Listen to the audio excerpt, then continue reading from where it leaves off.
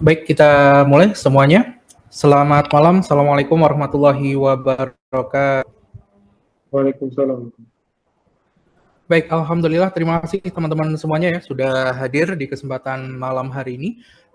Perkuliahan kita malam hari ini adalah sesi guest lecturer untuk mata kuliah Object Oriented Programming. Di kesempatan kali ini kita akan coba belajar, salah satunya adalah tentang topik Clean Architecture, di mana nanti kita akan coba menyempurnakan ya, melengkapi apa yang sudah teman-teman pelajari sejauh ini di mata kuliah Object Oriented Programming. Di awal kita sudah belajar mengenai basic ya, Object Oriented Programming, paradigmanya itu seperti apa, kemudian teknisnya, bagaimana menerapkan pilar-pilar Object Oriented Programming, terutama pada bahasa pemrograman C++.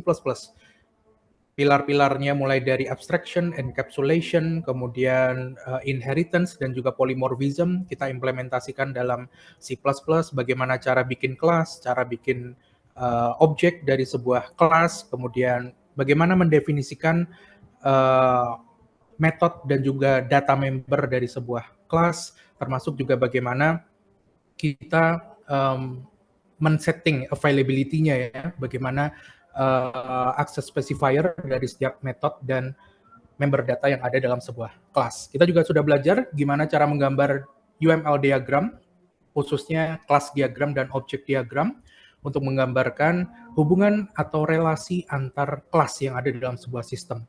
Setelah UTS, kemudian kita belajar clean code ya, mengenal Uncle Bob, Robert Martin dengan tulisan-tulisannya, yang juga kemudian disadur beberapa tulisan dalam design pattern and design principle-nya, walaupun bukan murni prinsip-prinsip dari Uncle Bob yang kemudian disatukan menjadi solid principle. Dan dilanjutkan nanti setelah sesi kuliah kita masih ada 2 sesi pertemuan lagi ya teman-teman ya, untuk mata kuliah pengganti, karena kemarin ada beberapa hari libur karena hari raya. Kita akan belajar lagi nanti setelah ini desain pattern dan juga desain architecture. Nah, kali ini sebenarnya saya set untuk mata kuliah guest lecture ini sebagai gongnya ya di mata kuliah Object Oriented Programming di akhir ya, tapi disetting oleh akademik untuk diselenggarakan di waktu normal, bukan di pekan minggu tenang ya sebelum ujian akhir semester. Nah, setelah sesi guest lecture ini nanti di akhir juga teman-teman mahasiswa terutama saya akan informasikan beberapa informasi penting terkait dengan tugas guest lecture, kemudian kapan mata kuliah pengganti itu akan diselenggarakan, dan yang ketiga adalah format serta kisi-kisi ujian akhir semester. Gitu ya. Jadi nanti pastikan teman-teman ikuti sampai akhir, dan seperti biasa nanti di akhir teman-teman tolong isi form feedback yang sudah disediakan fasilitator kelas kita malam hari ini, ada Mas Faizal. Begitu ya. Baik, narasumber kita, guest lecture kita sudah hadir malam hari ini teman-teman. Beliau adalah Pak Yunus Supriyadi Wijaya. Saya sapa terlebih dahulu. Selamat malam, Assalamualaikum Pak Yunus. Selamat malam Pak. Waalaikumsalam warahmatullahi wabarakatuh. Pak Kabar baik Pak Yunus, sehat? Alhamdulillah, sehat. Alhamdulillah. Terima kasih sudah menyempatkan waktunya malam hari ini untuk sharing ya ke teman-teman, terutama terkait pengetahuan dan pengalaman Pak Yunus, dan juga terkait topik kita malam hari ini yaitu Clean Architecture. Saya izin terlebih dahulu Pak Yunus untuk membacakan biodata singkat Pak Yunus kepada teman-teman supaya lebih kenal lagi. Narasumber kita malam hari ini adalah expert yang sudah punya pengalaman yang cukup panjang.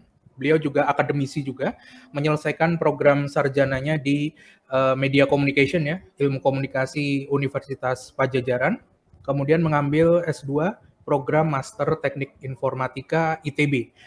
Pengalamannya sebagai sistem developer, senior system developer ini sudah lama, dimulai dari PT Bright Integrasi Teknologi, PT Baramich Integrasi Teknologi, Platinometrics Global Inovasi, PT Smartfren Telekom Tbk, dan saat ini aktif di PT Excel Smart Telkom Sejahtera Tbk. Beliau juga aktif sebagai guest lecturer di beberapa perguruan tinggi, diantaranya adalah Telkom University, Politeknik Negeri Padang, dan Universitas Nuranio Bandung. Nah, langsung saja kepada Pak Yunus Supriyadi Wijaya. Saya persilakan untuk memaparkan materi malam hari ini. Waktu dan tempat untuk Pak Yunus dipersilakan. Oke. Saya stop share screen-nya Pak Yunus ya. Baik. Oke, terima kasih Pak Lintang atas kesempatan yang diberikan bisa ikut bergabung di kampus Universitas Cakrawala. Dan ya betul tadi yang dikatakan Pak Lintang, kebetulan memang saya eh, cukup aktif juga mengajar, sehingga mungkin nanti kita di sini sama-sama belajar. Jadi satu hal yang saya rasakan di dunia IT itu adalah perkembangan IT yang begitu cepat, teknologi bergerak begitu cepat, sehingga tidak ada kata lain dan harus terus belajar. Jadi terkadang apa ya, hal-hal yang memang banyak hal yang tidak kita ketahui, oleh sebab itu kita perlu belajar dan membangun network. Salah satunya tadi ya, saya kenal beliau Pak Lintang di perusahaan yang sama, dan memang kita aktif di bidang pengembangan teknologi, dan saya sering share juga dengan beliau ya. Mungkin nanti kita di sini juga sama-sama belajar. Oke, yang disampaikan tadi terkait dengan clean code arsitektur, apakah sudah terlihat screen-nya? Ya, terlihat Pak Yunus. Oke, di sini tadi memang sangat berelasi dengan apa yang disampaikan oleh Pak Lintang, dan sebelumnya saya lihat juga sudah beberapa pertemuan sebelumnya yang sudah ada dan sangat related sekali gitu. Jadi clean code arsitektur ini nanti saya akan bahas di dalamnya adalah sebelum masuk ke clean code arsitektur, yaitu di part 3, dan itu mungkin tahu saya di bab chapter 23 di buku ini, dan kebetulan saya sudah memiliki buku ini ya, jadi bukan secara fisik tapi beli e-booknya gitu, jadi tidak download gitu ya. Jadi saya membeli e-booknya, jadi apa namanya, dan saya lihat itu di chapter-chapter dan dibagi beberapa part. Itu partnya memang betul apa yang dikatakan Pak Lintang tadi, dia sudah mulai dengan paradigma OP, sudah dimulai dengan paradigma programming paradigm, kemudian design pattern, berapa hal-hal yang mungkin sudah disampaikan sebelumnya seperti solid, dry, itu uh, ibaratnya bukan ibarat, itu akan sangat dibutuhkan ketika kita mengenal yang namanya clean code architecture. Oke, so what is clean code architecture? Jadi biasakan kalau kita mengajar itu mengetahui what, why, when, how it works. Jadi what is clean architecture, atau kita bisa bahas apa, teknologi yang mau kita kenal, misalnya database ya. What is database? What clean code architecture? Why? When? Why? Why we use clean architecture? Why using database? Kemudian how? When? Kapan saya gunakan clean code architecture, dan kapan kita gunakan database? Jadi hal-hal yang memang kritikal ketika kita bisa menjawab itu. Nah, ketika kita mengetahui hal-hal yang terkait dengan itu, maka kondisi apapun kita bisa menerapkan pada kasus yang berbeda, di mana setiap kasus di IT itu berbeda. Nah, kemudian bagaimana dia cara bekerjanya? Itu how itu terkait juga dengan konsep. Jadi bagaimana konsep clean code arsitektur itu, rules-nya, prinsip-prinsipnya, itu apa saja yang dan kebetulan kita ngambil, bukan kebetulan ya, salah satu buku yang related juga dengan sebelumnya, ya, sama-sama clean code dari Robert C. Martin ya. Oke, clean code ini dipopulerkan oleh oleh Robert C. Martin, saya Uncle Bob, dibilangnya Uncle Bob juga. Kemudian dia itu saat buku ini memperkenalkan bagaimana separation of concern. Nanti akan dijelaskan. Jadi clean code architecture itu mengenalkan yang namanya separation of concern. Apa sih separation of concern itu? Nanti kita akan jelaskan. Dia ada beberapa layer yang di layer dari layer atau bisa dikatakan layer, dan banyak juga orang berpikir apakah itu termasuk bagi pembagian folder. Ya bisa, tapi tidak gitu, tidak selalu. Jadi bahkan ada yang menurut saya baca salah kaprah gitu kalau kita menerapkan itu dalam struktur folder, ya tidak identik dengan separation of concern, itu tidak selalu struktur folder, tapi bisa gitu. Jadi nanti kita akan jelaskan. Bisa diarahkan ke sana untuk mempermudah bagaimana kita menerapkan layer-layer tadi. Kemudian dia apa sih tujuannya? Jadi support maintainability, testability, and independence. Mengapa hal ini penting ya? Kita penting di maintain, testability, importantnya di mana? Jadi why? Why itu termasuk salah satu pembahasan why itu adalah penting atau tidak pentingnya suatu topik yang kita akan pelajari. Jadi why itu akan menjelaskan importansinya gitu ya, ke seberapa penting hal ini kita ketahui sebagai developer. Jadi di sanalah yang pertanyaan-pertanyaan turunan dari what, why, when, how gitu ya. Oke, kita bahas dulu sejarahnya. Jadi beliau menjelaskan, jadi di dalam buku ini, jadi ada kasus ya, jadi di mana satu perusahaan itu dia memiliki hasil dari statistiknya mengatakan kenaikan rekrutmen dari developer. Jadi ada suatu kenaikan dari sisi developer, tapi di satu sisi setelah mereka menilai, mereka mengakses lagi, mereka mencari tahu bagaimana performance-nya dari rekrutmen tadi, ternyata produktivitasnya itu menurun gitu. Bagaimana?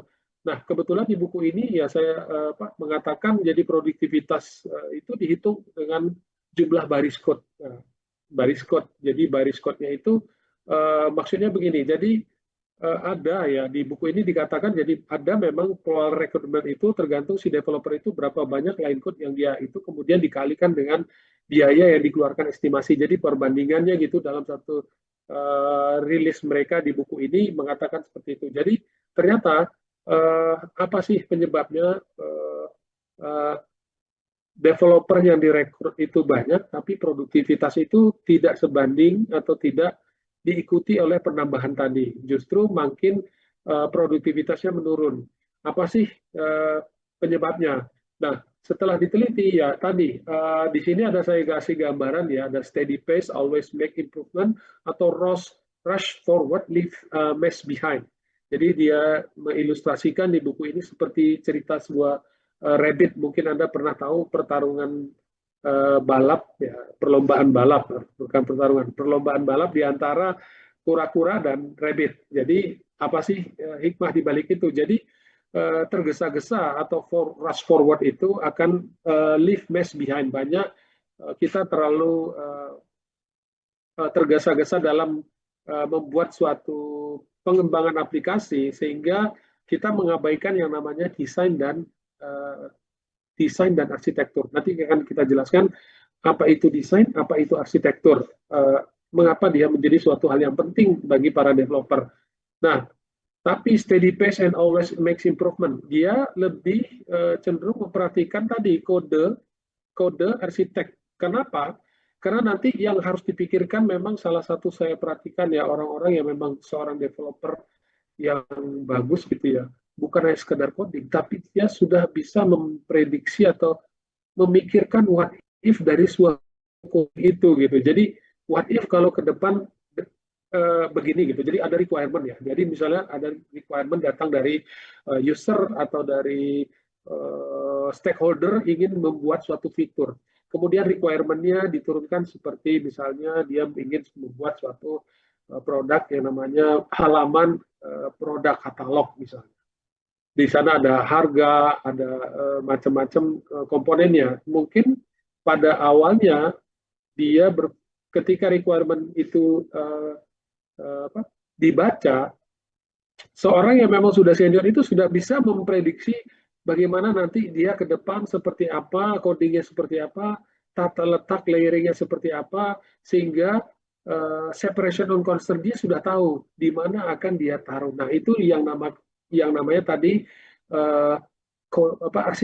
arsitektur dan clean code. Jadi desain itu bagian detail dari suatu apa namanya bagian detailnya. Kalau arsitek itu bagian misalnya kalau Anda tahu seorang arsitek Seorang arsitek itu kan dia membuat suatu bangunan, gambar bangunan, tapi desain di dalamnya itu detail. Misalnya ada rule di dalamnya.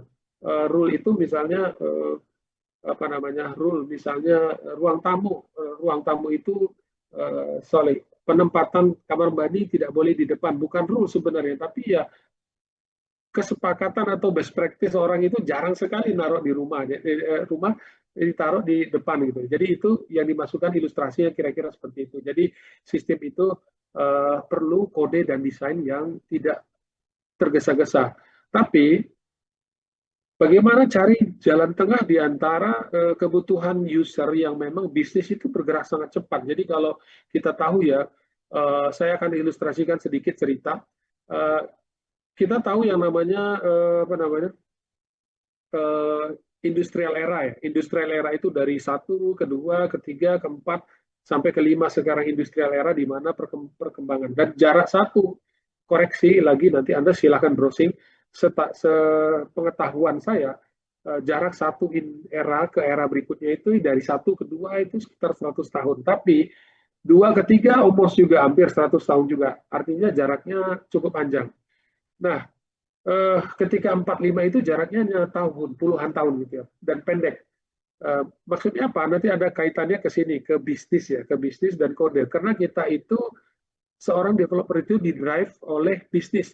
Bisnis yang membutuhkan atau mereka suatu perusahaan yang bergerak di suatu, perusahaan yang membutuhkan solutioning. Jadi solusi terhadap perusahaannya, atau dia punya produk yang akan ditawarkan, atau menyelesaikan problem-problem pencatatan administrasi dalam perusahaannya. Nah, apa hubungannya gitu? Jadi kira-kira begini.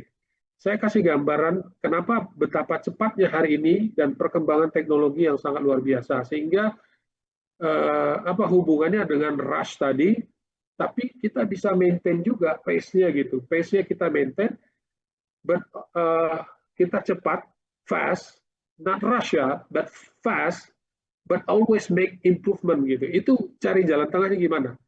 Nah, tadi saya katakan, kalau dulu zaman saya ilustrasikan, saya ingin mencari suatu, katakanlah saya ingin belajar yang namanya clean code. Dulu mungkin clean code belum ada. Katakanlah saya mau mencari suatu database. Saya ingin belajar database. Mungkin juga di zaman saya Visual Basic, Anda mungkin tidak mengenal ya.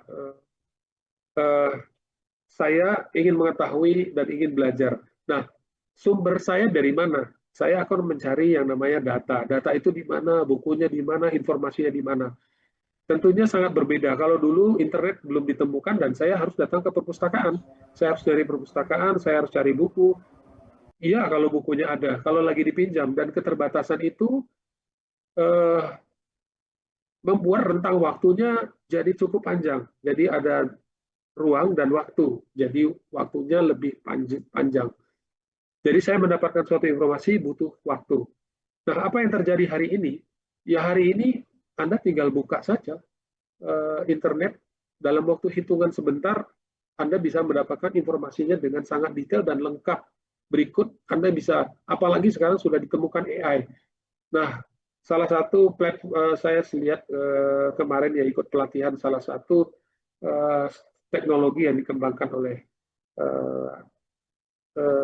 saya kemarin ikut workshopnya ya, workshop PubSub publisher, subscriber atau message broker. Nah, kebetulan yang saya ikut di sana, kemudian melihat documentation mereka sudah menginkludkan documentation e-book atau dalam website, dan juga mereka menyertakan namanya Soli AI produk.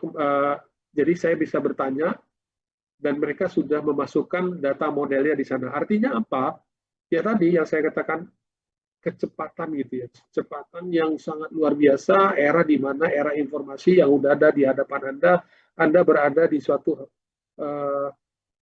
era yang namanya informasi sudah dibuka. Kemudian yang kedua, bisnis. Zaman dulu kalau kita mau berbisnis itu atau bikin suatu, katakanlah saya relate kita website, saya ingin bikin website atau saya ingin berbisnis. Nah, tentunya kalau saya mencari sebuah produk, itu kan di mana sumber informasinya? Katakanlah zaman saya itu adalah buku dan koran, yang media massa itu setiap hari keluar. Jadi katakanlah koran, tidak ada media digital.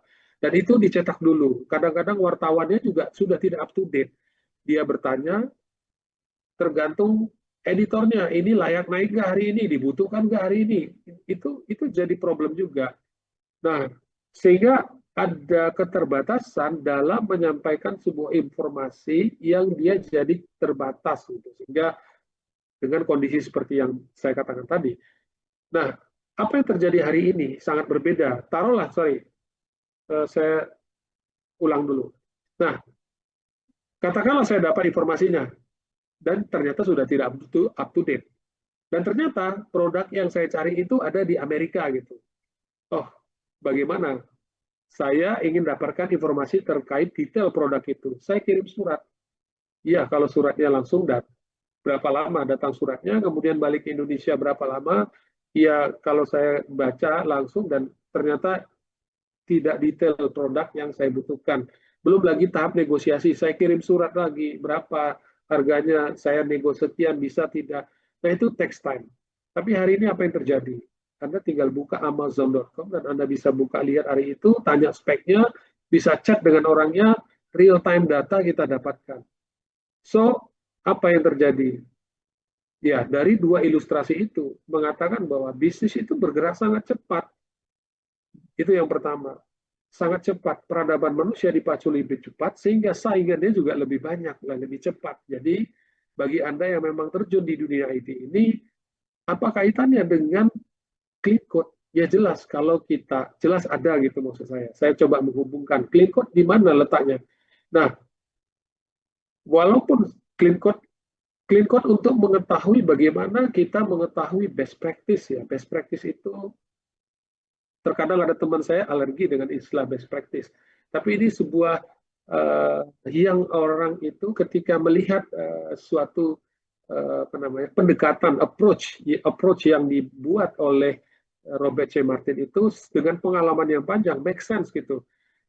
Alasan nanti akan disebutkan di slide berikutnya. Oleh sebab itu, bagaimana mengkombinasikan antara improvement yang kita bisa jaga kualitinya, yang tadi saya katakan ternyata apa yang diharapkan perekrutan itu tidak ketemu antara perspektifnya si eksekutif dengan si developer. Kenapa? Eksekutif stakeholder tadi minta cepat-cepat, tapi developer itu karena waktunya yang kurang, sehingga dia kurang melihat kode itu. Sehingga ketika ada perubahan tambahan baru yang dimintakan oleh pihak eksekutif, itu menjadi kendala. Nah, itulah yang membuat belum lagi ternyata hanya membuat suatu fitur yang sederhana tambahan, itu ternyata kompleksnya tinggi, karena kita membuat yang memang tidak tidak maintainable, tidak scalable, tidak prinsip-prinsip tadi ya, maintainable, scalable, easy to develop, easy to maintain, itu nanti akan kita jelaskan. Sehingga apa sih goal of this decision and goal of the software design? Kenapa saya masukkan ini, dan di buku itu juga dijelaskan secara detail supaya kita punya gambaran apa konteksnya gitu. Apa konteksnya ketika dia membuat suatu buku ini dengan the real situation in the real life gitu. In the real life itu apa gitu. Dan sangat kaitannya erat. Jadi kalau Anda yang memang sudah mengetahui clean code yang kemarin diajarkan, solid programming, prinsip dry, don't repeat yourself, prinsip KISS, keep it simple, dan lain-lain ya, yang sudah mungkin dijelaskan oleh Pak Lintang, itu dan bahkan kemarin saya sempat melihat beberapa videonya, dan saya juga banyak belajar dari sana. Terus terang ya, mengajar itu belajar. Jadi saya harus buka bukunya lagi, dan terkadang saya juga tidak tahu semuanya. Koreksi kalau saya salah, Anda bisa memvalidasi apa yang saya katakan hari ini. Nah, termasuk tadi ya, dua situasi yang sudah saya sampaikan, ekonomi bergerak cepat, bisnis bergerak cepat, dunia pendidikan apa? Ya, sangat berbeda. Kalau dulu apa yang dikatakan seorang dosen, Anda tidak bisa memvalidasinya, Anda butuh informasi, Anda butuh data. Dari mana dapat data itu? Let's say dia mengatakan satu hal tentang database. Kemudian dia mengklaim database Oracle itu A, B, C, D, etc. Ya. Dia katakan. Kemudian Anda cek. Kalau kita ingin menyalahkan pendapat dia, kita harus punya alat ukur. Katakanlah saya mengklaim panjang suatu meja ini yang sedepan saya ini, Anda mungkin nggak lihat. Saya katakan 10 cm, tapi Anda bilang, oh enggak, tidak 10 cm, 12 cm. Anda harus bawa alat ukurnya. Jadi sama ketika kita mengatakan sesuatu, ketika dunia pendidikan sekarang, itu sudah sangat berbeda. Anda bisa memverifikasi, memvalidasi apa yang saya katakan dan mengecek. Sehingga saya pun naik di sini bukan berarti saya banyak tahu, tidak. Hanya saja mungkin pengalaman dan saya juga harus belajar lagi. Kalau ada kesalahan, ya dikoreksi gitu. Kita sama-sama belajar. Nah, itu perbedaannya ya, perbedaan mengapa zaman ini saya letakkan konteksnya clean code arsitektur dengan real life. Jadi Anda udah dapat ya, sehingga tahu betapa pentingnya. Kalau kita tahu pentingnya suatu hal, maka kita tahu arahnya gitu.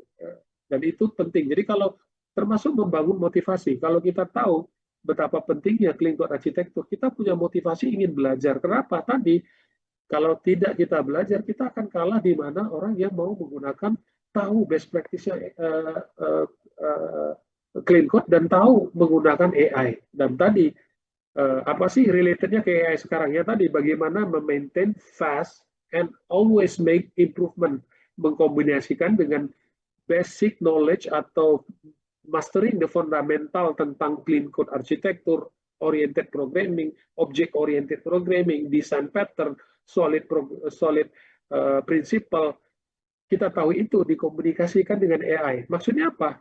Ketika AI mengeluarkan apa yang kita minta, jadi ada input. Input bagaimana? Input, katakanlah inputnya begini pada AI. Anda ada struktur tabel seperti ini, Anda kasih instruksinya, saya minta dimasukkan data modelnya tentang clean code arsitektur, Anda minta buatkan dalam bentuk clean code arsitektur dengan prinsip-prinsip solid programming, dry Anda masukkan dengan table seperti ini, terus didesain dan ekspektasi inputnya apa, outputnya apa. Nah, ketika dia buat codingannya, Anda bisa mengetahui ini bisa dipakai dan mungkin ada rubah sedikit. Kenapa? Basic mastering the fundamentalnya udah punya. Jadi AI sekarang gunakanlah AI tadi, tapi kalau tanpa basic knowledge tentang apa yang disampaikan sebelumnya kemarin ya, design pattern dan solid programming, clean code, kita tidak bisa mengetahui apa yang di-generate AI itu sesuatu yang memang good quality gitu, dan Anda bisa punya kemampuan untuk menilai apa yang dihasilkan AI. Oke, itu latar belakangnya mengapa pentingnya kita mengetahui clean code, dan ini yang dimotivasi dan ini yang memotivasi Robert itu mengeluarkan kenapa sih apa namanya dari kasus yang tadi dia membutuhkan yang namanya sebuah bagaimana caranya menciptakan perangkat lunak itu yang produktif, efisien. Jadi tolak ukurnya itu adalah produktif, efektif, dan efisien. Efisien itu adalah rentang waktu. Jadi bisa satuannya waktu. Saya mengerjakan ini yang tadinya 2 jam dengan adanya saya mengetahui master fundamental, ada tools tambahan yang namanya AI, yang tadinya mungkin Anda mengerjakan 2 jam atau 3 jam, Anda bisa mengerjakannya dalam waktu 10-20 menit dan sedikit melihat. Kemudian Anda masukkan prinsip-prinsip error handling-nya, bagaimana cara menghandle errornya, kemudian bagaimana flow-nya juga kita jelaskan, sehingga code itu menjadi sesuatu yang efisien, code itu menjadi sesuatu yang efektif. Jadi efisien itu, efektif itu ya di dalamnya tadi.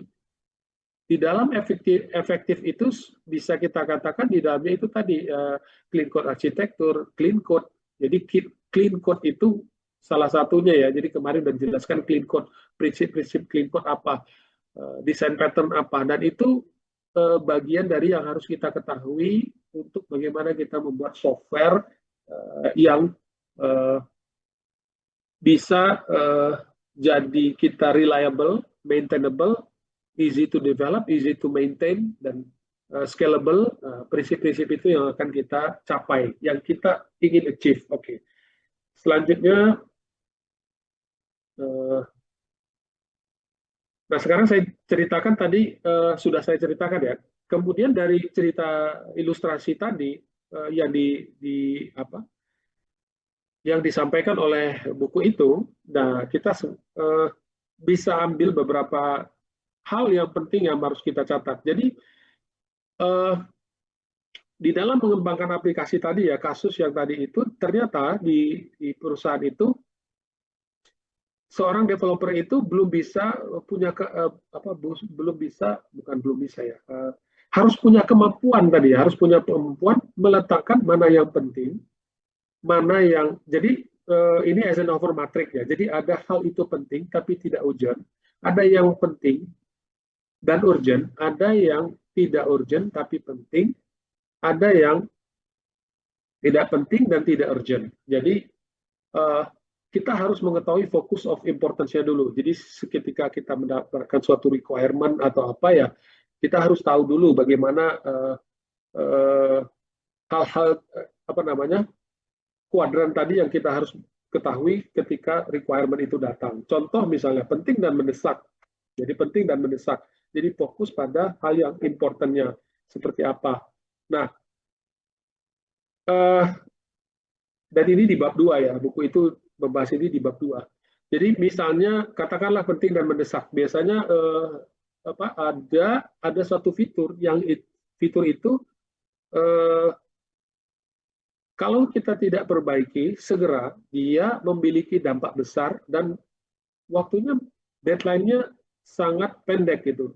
Katakanlah tadi e-commerce halaman produk itu kalau dia seandainya tidak kita perbaiki, kan transaksional tidak bisa terjadi. Sehingga bagaimana memperbaiki bug yang tadi yang menyebabkan aplikasi tidak bisa menjadi suatu, tidak bisa melakukan transaksi, dan itu penting dan mendesak. Ada juga yang penting tidak mendesak. Jadi penting tidak mendesak bisa bisa apa namanya? Bisa dikatakan penting.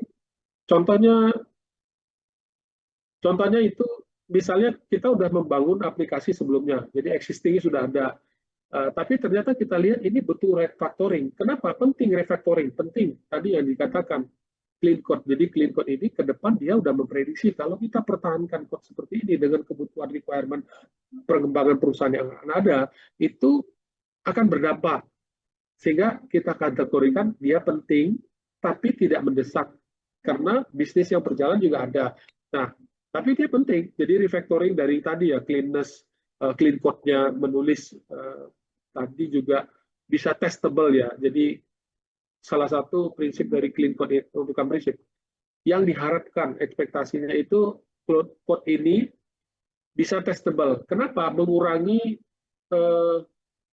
tes di sini lagi azan. Mohon break dulu 5 menit Pak Lintang ya. Baik, kita pause dulu Pak Yunus ya, Ya. untuk azan Isya malam hari.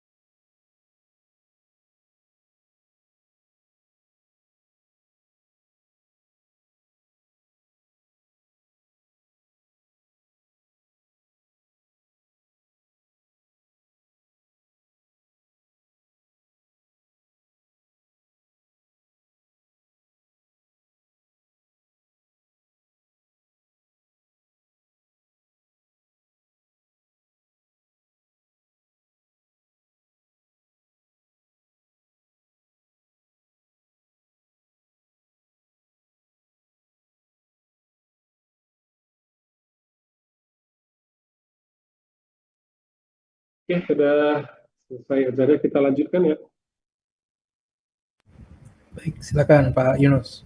Oke, tadi fokus, ya, fokus sama fokus dengan hal-hal yang penting. Jadi tadi saya harus mereview. Terakhir di mana ya? Kalau nggak salah penting mendesak ya. Penting tapi tidak Iya, mendesak ya.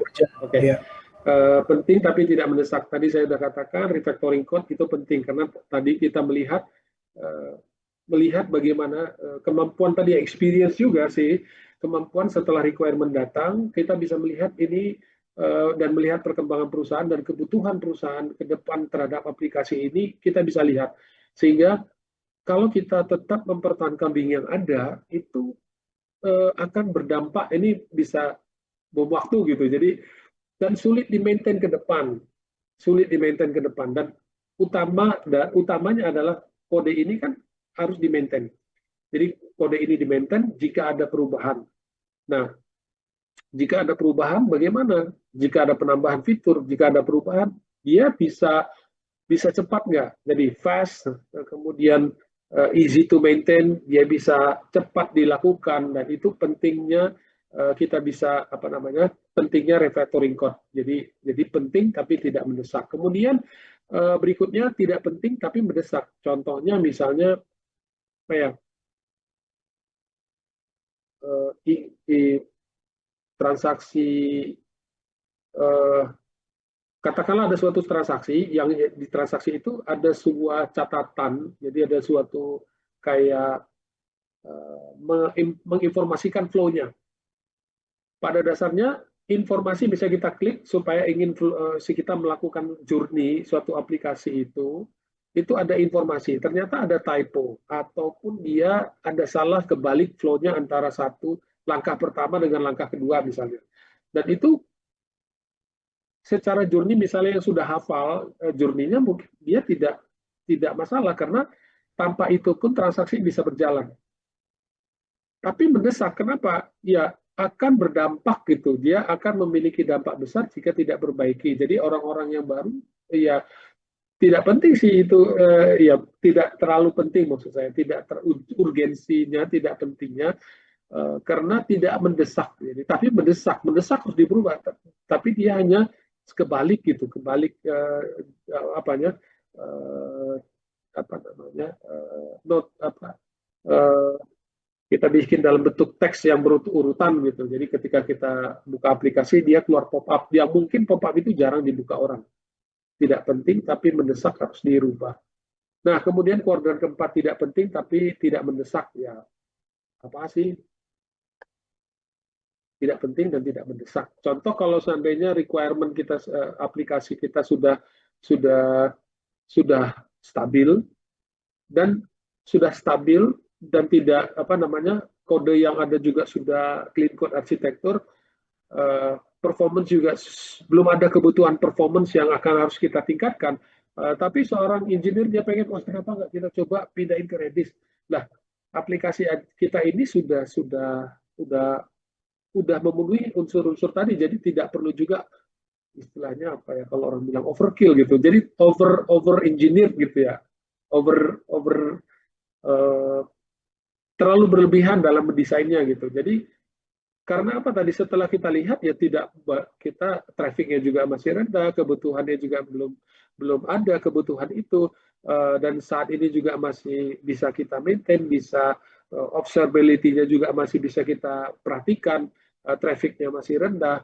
Nah, tidak ada. Jadi hal tadi tidak penting dan tidak mendesak. Jadi terus apa relevansinya terhadap coding? Ya, jelas ada. Jadi misalnya tadi kalau perbaikan code-nya memang mempengaruhi fungsionalitas tadi ya, penting dan mendesak.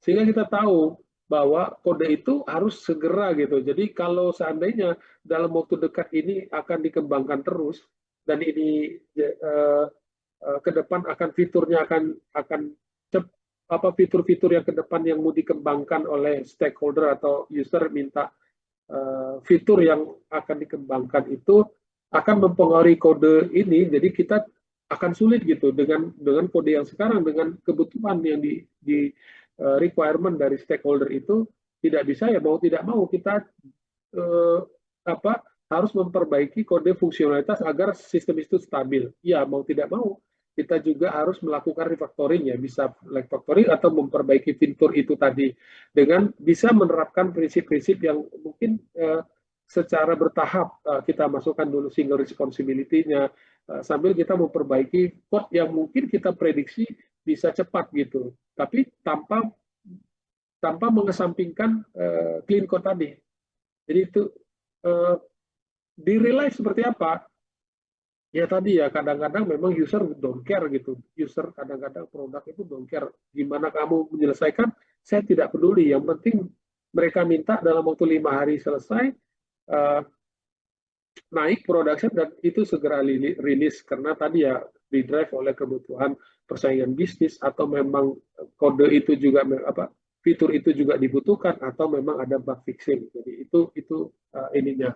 Sehingga jalan tengahnya bagaimana tidak ada silver bullet ya, tidak ada hal yang memang jadi patokan. Jadi patokan A, B, C tidak ada. Tapi itulah pinter-pinter kita ketika ngebangun, bisa nggak gitu kita negosiasi, bisa nggak sedikit-sedikit kita masukkan yang tadinya memang belum ada solid, kita masukkan sedikit solid tanpa mengenyampingkan masalah timeline, deadline yang sudah di ini tadi yang sudah ditetapkan oleh stakeholder. Jadi kebutuhannya begitu. Nah, tadi ya penting dan tidak mendesak bagaimana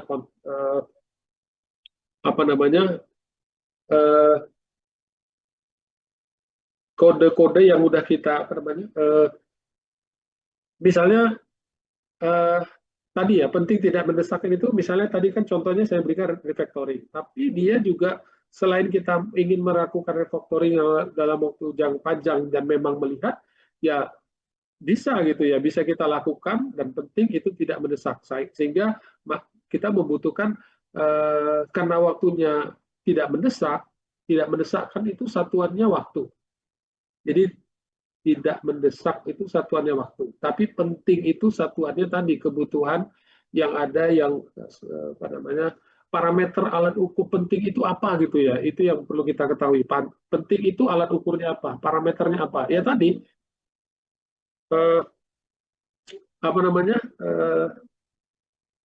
tingkat urgensinya ternyata kode yang mau kita kembangkan itu akan berdampak ke kebutuhan-kebutuhan ke depan, akan berdampak sehingga kita harus refactoring dan kita lihat time frame-nya atau waktunya tidak mendesak sehingga kita punya waktu. Nah, makanya kita bisa melakukan refactoring tadi agar misalnya menjadi suatu tadi yang dikatakan ya separation of concern. Jadi dia bisa dibagi berdasarkan ketika ada perubahan misalnya, nanti kita akan jelaskan itu ya.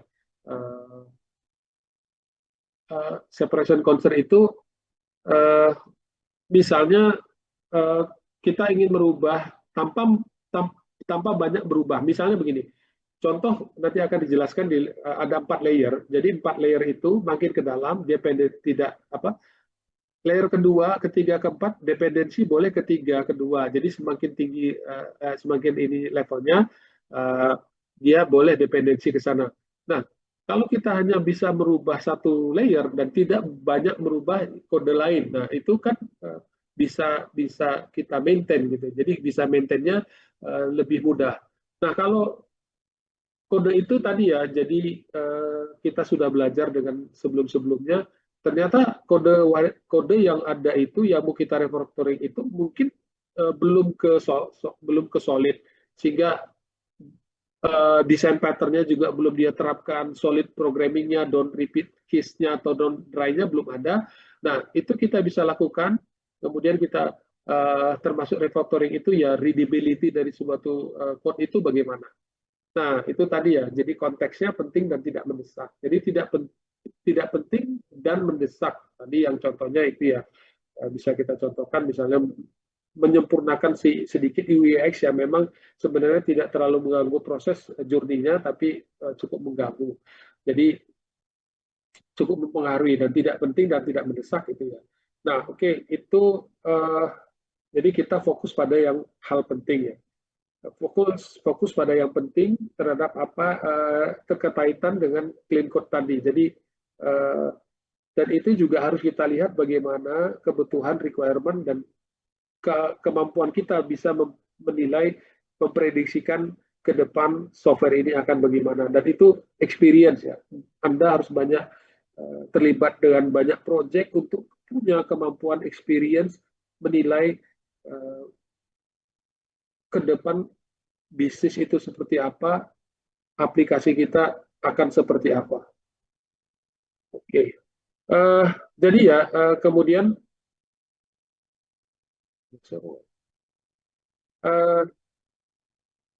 oke.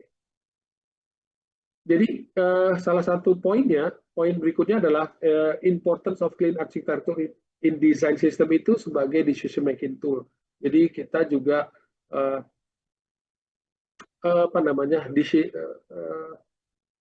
tool yang kita gunakan bagaimana keputusan yang kita ambil itu dari requirement ya. Jadi requirement itu desain clean code architecture itu sebagai tadi ya, bagaimana kita bisa menentukan bagaimana pengembangannya seperti apa. Nanti akan didemokan contohnya misalnya kita menentukan framework. Kan salah satu prinsipnya itu rule of dependency. Kita tidak mau tergantung. Nah, ketika kita memilih suatu framework, bagaimana caranya kita mereduce dependensi tadi. Jadi termasuk clean code itu akan bisa punya rule untuk melihat bagaimana kita tidak bergantung pada dependensi gitu ya. Tidak. Jadi termasuk dia punya decision. Jadi rule yang akan kita gunakan dalam clean code itu membantu kita dalam memutuskan step apa yang atau framework apa yang kita gunakan. Kemudian long term benefit jelas ya. Jadi long term benefit tadi sudah saya jelaskan sedikit ya di depan bagaimana konteksnya kode ini bisa di-maintain siapapun yang menggantikannya gitu. Jadi dia sudah memiliki readability, sudah memiliki konsep solid. Jadi sehingga yang datang berikutnya long term benefitnya apa? Jadi maintainable gitu ya. Jadi dia bisa di-maintain oleh siapapun. Jadi itu benefitnya. Jadi apa sih apa namanya?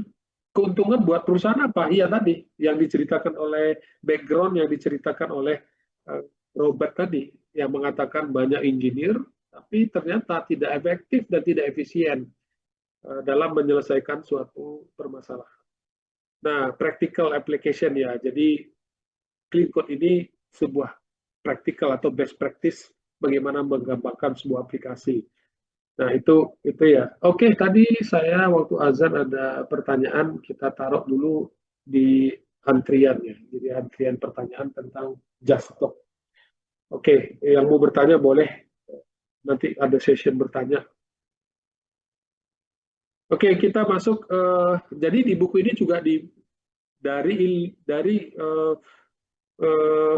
beberapa penjelasan di atas mengenai importance of clean code architecture, background dan konteksnya, diharapkan tadi ya seorang programmer diharapkan mereka fight for the architecture. Kenapa gitu? Jadi Robert ini mengencourage kita supaya fight for the architecture ketika ada requirement datang, kita harus coba mempertahankan ya tadi bargaining dengan ini bargaining, wah kita minta misalnya fitur itu 2 minggu, kita bilang kalau kita ingin mengembangkan ini dengan baik, karena kita ingin mempertahankan arsitektur, jadi kalau kita terlalu cepat juga terlalu ini ya itu akan berdampak. Tapi ya tadi yang saya katakan, ada sebuah namanya tool AI ya. AI sekarang sudah banyak Anda bisa coba lakukan itu, mencari titik temu antara bukan rush tapi but fast, but maintain the quality gitu ya. Jadi makanya dia katakan fight for the architecture. Memang struggle is the part of process. Jadi struggle. Jadi memang membuat suatu aplikasi yang berbasis menggunakan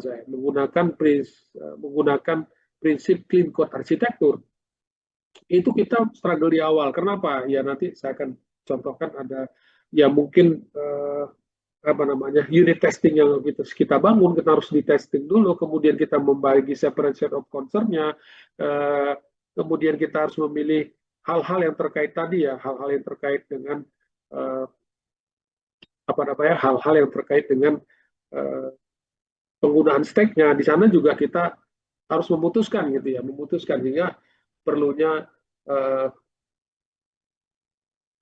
struggle in process. Jadi struggle in process. Jadi development team as a stakeholder. Jadi stakeholder juga mereka harus terlibat juga sebagai development team. Apa? Kita bisa reasoning ke mereka. Reasoningnya adalah kita bisa memberikan alasan kepada mereka mengapa time waktunya jadi panjang gitu. Minta waktu yang misalnya mereka minta. Mungkin Anda pernah mendengarkan istilah 1 sprint atau 2 minggu atau minta 3 minggu. Jadi mereka mengatakan schedule yang ketat, waktu yang pendek.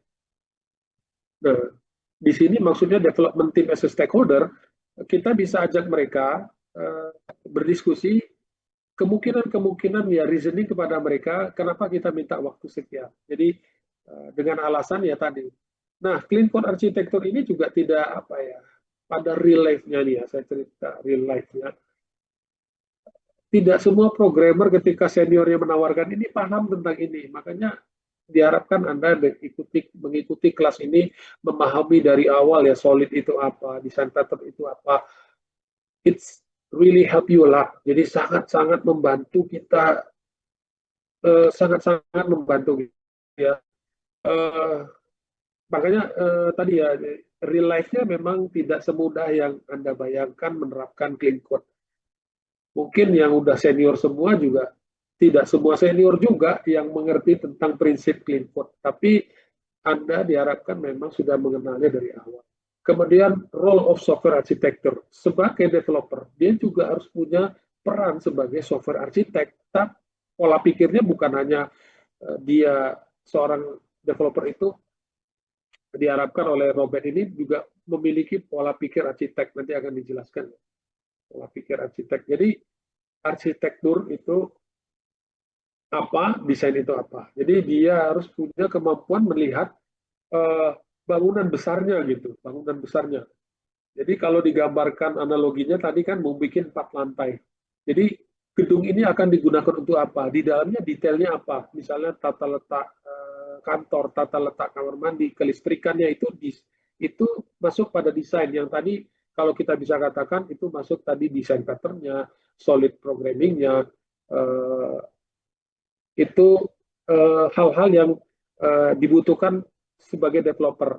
Nah, seorang developer tadi ya bukan Anda dikasih requirement begini, terus Anda lihat, cari di internet, cari Stack Overflow, terus melihat di copy paste, oh iya jalan, mission accomplished misalnya, misi tercapai, requirement oke, bisa apa yang dites black box testing atau mereka melakukan testing UAT QA tercapai, tapi ternyata ya tadi kita tidak paham apa yang kita copy, apa yang kita apa namanya kita implementasi pada code kita, sehingga role of software architect itu dibutuhkan oleh seorang developer yang ingin mengetahui tentang clean code architecture. Kemudian tadi ya sudah saya jelaskan harus kita importance prioritizing arsitektur. Jadi ini dijelaskan juga kepada arsitek. Kita harus mengerti prioritas arsitektur dari bagaimana kita membangunnya. Analoginya tadi, kita membangun 4 lantai. Jadi apa hal yang penting? Tentunya fondasi ya. Fondasi itu penting ketika ada perubahan. Untuk saat ini misalnya requirement-nya A. Saya analogikan saat ini gedung ini masih 1 lantai. Tapi ke depan kalau seandainya bisnis berkembang, kita ada kemungkinan nambah 1 lantai lagi, tapi tidak hari ini. Dan itu jadi dia tahu arsiteknya, bangunan besarnya dia sudah punya gambaran. Nah, sehingga struktur tulangnya, struktur bangunannya, struktur dari kodenya itu sudah bagus gitu. Kalau tadi bangunan, struktur bangunannya, lantainya, tiang-tiangnya, kalau di kod apa ya tadi struktur bisa dikatakan ya bisa sih tidak selalu separation of concern layer yang dimaksud itu struktur folder, tapi bisa. Itu yang saya lihat beberapa orang yang salah kaprah. Yang utama adalah rule-nya, rule separation of concern itu prinsipnya apa, rule-nya apa yang harus kita pahami. Kemudian responsibility of the development team. Jadi fight for the architecture tadi tanggung jawab pada development team. Maksudnya tanggung jawab apa? Kalau kita ngebangun aplikasi ini, kemudian kita nggak punya tanggung jawab gitu ya, ya udah saya copy kode dari Stack Overflow, di testing oke, naik, tapi ternyata kita kalau orang yang punya tanggung jawabnya kurang, dia akan membuatnya tadi tidak asal-asalan gitu. Tapi kalau dia membuatnya bagus, dia punya tanggung jawab. Tanggung jawabnya apa? Dia berpikir kalau orang yang maintain berikutnya akan mudah gitu. Jadi harus punya tujuannya gitu. Jadi saya baca buku Robert ini bagus ya. Jadi dia melihat punya background yang cukup panjang di experience, dia coba masukkan itu ke dalam technical. Jadi in the real life itu seperti apa dia masukkan dari ilustrasi tadi ya. Nah, kalau waktunya kurang nanti teknikalnya kurang, saya khawatir juga. Oke, kita lanjutkan. Jadi tadi ya, pentingnya dari clean code arsitektur itu apa gitu. Jadi dia bisa maintainable, yang dimana easier modification, maintenance due to separation of concern tadi. Jadi kalau ada perubahan, dia bisa soft. Jadi kalau istilah Robert tadi itu dia mengatakan software. Jadi soft, karena software ya soft itu kan lembut. Jadi maksudnya ketika ada perubahan, ingin perubahan atau penambahan fitur atau pengembangan aplikasi, memodifikasinya itu gampang gitu. Jadi tadi ya kaitannya kodenya itu tidak kompleks. Kita tahu di mana harus dirubah tanpa merubah banyak tempat. Jadi contohnya misalnya saya mungkin sudah lama meninggalkan Java, sudah lama berarti tidak ngoding ya. Jadi coding itu jadi kalau tidak dilatih ya berkarat gitu ya. Jadi saya coba di Go ya. Di Go mungkin ada yang familiar Go, tapi mungkin nanti Pak Lintang bisa lebih jelaskan di sisi Java-nya itu seperti apa di next appointment atau pertemuan berikutnya. Jadi di Go itu misalnya begini, ada easy to maintain itu struktur data misalnya dari level layer repository, dia ngambil data. Kemudian ingin berubah ke depan, dia awalnya ngambil fetch datanya itu ke Oracle. Kemudian dia ingin ganti open source karena mahal. Nah, kalau di level repository-nya itu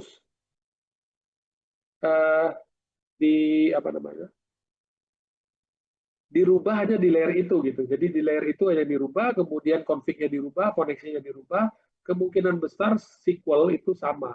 Jadi kemungkinan besar perubahannya itu tidak terlalu besar. Jadi dia sudah tahu di mana layer yang harus dirubah karena ada perubahan teknologi tadi.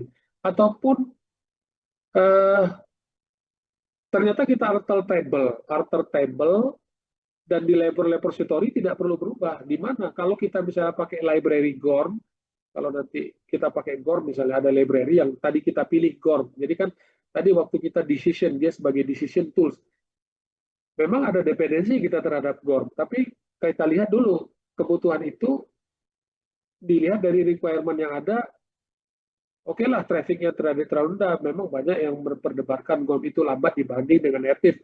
It's okay, itu perdebatan yang panjang. Tapi sering berdebat ya, para IT itu sering berdebat dan mungkin Anda akan menemukan hal-hal yang di dalam real life-nya adu argumen. Tapi make sure your argument with backup with data and backup with data and fact. Jadi support your argument with data and fact. Supportlah argumentasi Anda kalau berdebat itu dengan data dan fakta. Jadi dan make sure your data, verify your data and validate your data. Karena data itu banyak sekali. Tidak bisa kita harus punya kemampuan tadi ya, clean code. Tapi kita harus punya kemampuan mastering the fundamental, memahami suatu konsep. Ketika informasi itu datang, kita tahu. Oke, mungkin kita berlanjut testable. Jadi di clean code juga ada kita buat unit testing. Untuk apa gitu? Ya, ini juga perdebatan real life-nya, perdebatan panjang di internal kami sendiri karena tuntutan. Jadi terkadang orang mengabaikan tesnya. Tapi di perusahaan teman saya yang satu lagi memang dia itu tesnya betul-betul menetapkan standar yang tinggi untuk testing. Jadi sehingga kode clean code itu juga harus dibangun dengan bisa, karena dia separation of concern dibagi per layer, kita bisa testing di masing-masing layer itu dengan misalnya kalau di level repository kita bisa bikin mock, di level use case kita bisa bikin apa namanya di nge-mocking gitu ya. Jadi di level di beberapa layer itu kita bisa bikin test, bisa bikin unit testingnya. Kenapa? Memang struggle ya, tadi dikatakan kita struggle juga untuk buat itu, dan ketika ada masuk unit testing dengan time durable yang ada, itu jadi apa namanya, jadi pengaruh gitu ya. Jadi bisa jadi tanpa unit testing 3 minggu, unit testing jadi 4 minggu. Tapi ya tadi fast end itu ya gunakan AI. Sekarang saya lihat AI itu, waduh, bikin unit testing aja apa sekarang Copilot sudah ada AI. Kalau Anda punya pakai JetBrains produk, dia juga punya AI bawaannya. Menurut saya Anda lahir di mana era sudah Anda sangat dimudahkan, beda dengan zaman saya dulu. Apa namanya?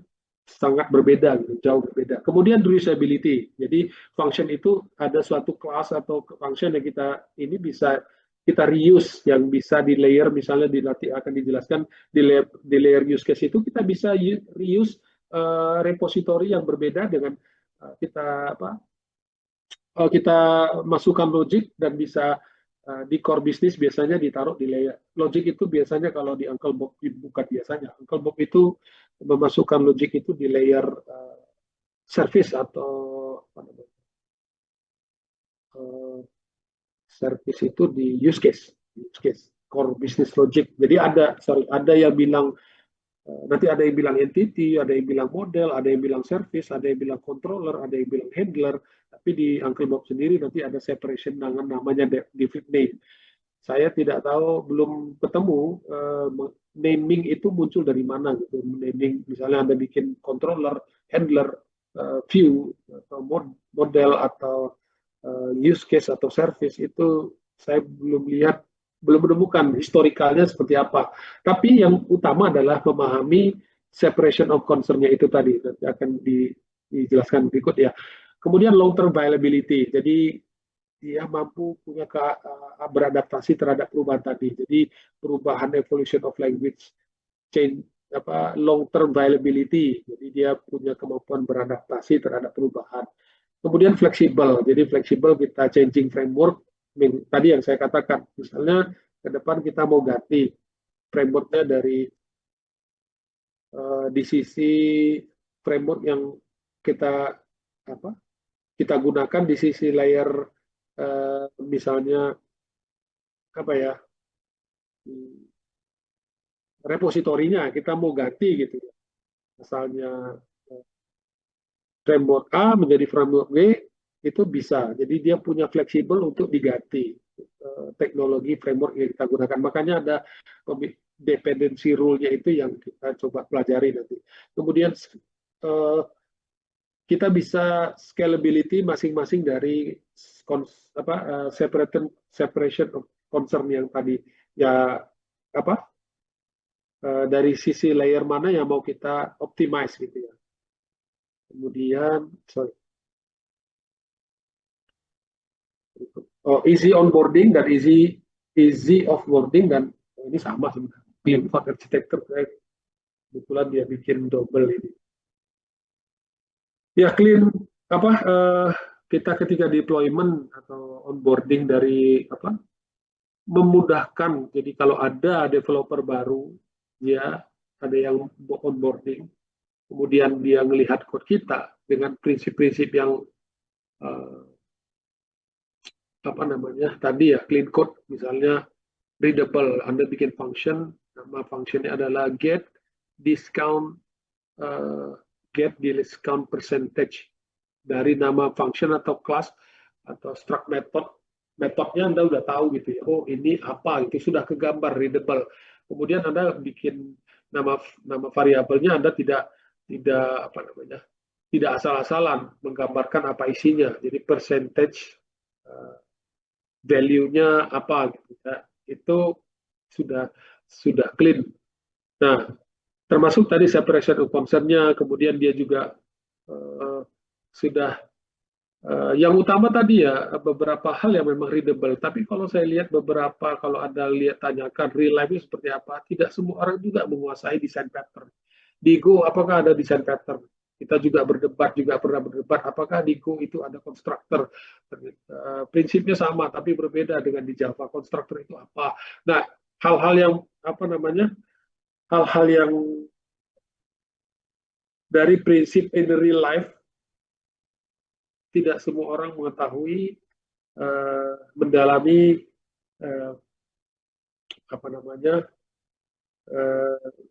tadi ya, teori best practice atau teorinya, idealnya membangun suatu, kalau saya ditanyakan desain pattern, memang ada tiga yang setahu saya ketahui itu ada tiga separation-nya itu ada tiga. Nah, itu apa misalnya? Di dalamnya mungkin Anda pernah ketahui factory method dan lain-lain ya. Jadi easy onboarding ini juga yang dilihat tadi ya, mungkin clean code secara separation of concern dan readable-nya. Tapi kalau apakah ada pertanyaannya, apakah ada nanti yang dia sampai detail? Ya ada gitu. Jadi itulah pentingnya kita mengetahui, punya pengalaman yang banyak terhadap ya, materi-materi sebelumnya. Jadi ketika Anda sudah punya pengetahuan itu, kita bisa fleksibel ya, apapun kode pemrogramannya, mau Java, mau Golang, mau Node.js, mau apapun pemrogramannya, kita punya yang namanya clean code, kita mengetahui clean code arsitektur ya. Jadi easy onboarding, ketika dia di-assign suatu project dan melihat kodenya, dia bisa paham. Oke, kita lanjut. Bisa diklik, oh ya. Nah, purpose of arsitektur, jadi purpose-nya itu apa, tujuannya. Jadi good architecture support life cycle of the system. Jadi easy to deploy, tadi easy to maintain, easy to understand, easy to develop, easy to maintain. Easy ini bukan berarti no hard, ya. Maksudnya terminologi easy ini bukan berarti tidak susah ya. Maksudnya bedakan antara easy ya, bagi orang yang sudah punya experience dan sudah punya ininya, mungkin bagi dia easy. Tapi easy di sini adalah ada levelnya, maksud saya ada level easy-nya. Tapi di sini adalah bisa dikatakan juga bare batasan minimum yang bisa dipahami oleh banyak developer gitu. Nah, tentunya memang kalau tidak, apakah clean code arsitektur selalu kita gunakan? Tidak juga gitu, tidak juga. Kalau misalnya hanya sifat aplikasi yang itu hanya scheduler, misalnya mengupdate suatu data yang hanya dia baca scheduler, kemudian baca dari file, kemudian insert file tadi yang dari baca, dia akan baca secara berkala, membaca suatu folder yang ketika di folder itu ada file CSV, kemudian update. Apakah ini dibutuhkan juga clean code? Ya, tidak juga. Tidak selalu gitu ya. Tidak selalu clean code harus kita terapkan di hal itu ya. Satu file cukup nggak? Berapa folder nggak? Ya, tidak juga. Kalau memang hanya perlu satu file dan tidak perlu banyak file, dan ya, separation concern-nya juga ini ya, tidak perlu juga. Jadi it depends ya, it depends on the scope of project. Jadi tergantung dari scope of project-nya, kemudian dari output akhir dari aplikasi atau service yang kita bangun. Jadi easy to deploy, easy to understand oleh programmer lain, menerapkan prinsip-prinsip clean code itu dengan tadi ya prinsipnya readable. Jadi easy to understand itu prinsip readable-nya, don't repeat yourself, menerapkan solid programming, easy to develop. Jadi easy juga di develop artinya dikembangkan juga mudah karena kita sudah tahu prinsip-prinsip dari clean code itu, rule-nya, maka kita bisa mudah dengan mengembangkannya. Kemudian easy to maintain ya, jadi easy to maintain, mudah apa ya, di maintain ya. Dia bisa kalau ada beberapa fitur dia bisa. Oke. Kita lanjutkan, mouse-nya enggak.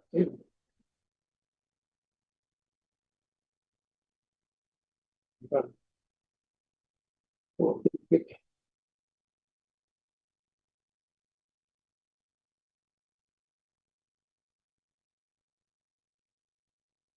Oke.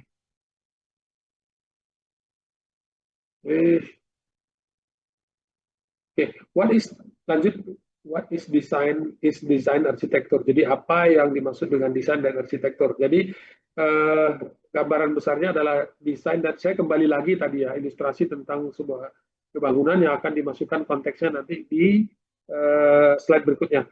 Jadi nggak ada bedanya, jadi ya both part of the same thing. Jadi dia dari bagian yang sama, tapi desain itu lebih detail dan dia punya hubungan di antara keduanya. Seperti bangunan tadi, dan detail terhadap mengembangkan aplikasi tadi, dibutuhkanlah yang namanya solid, design pattern, case,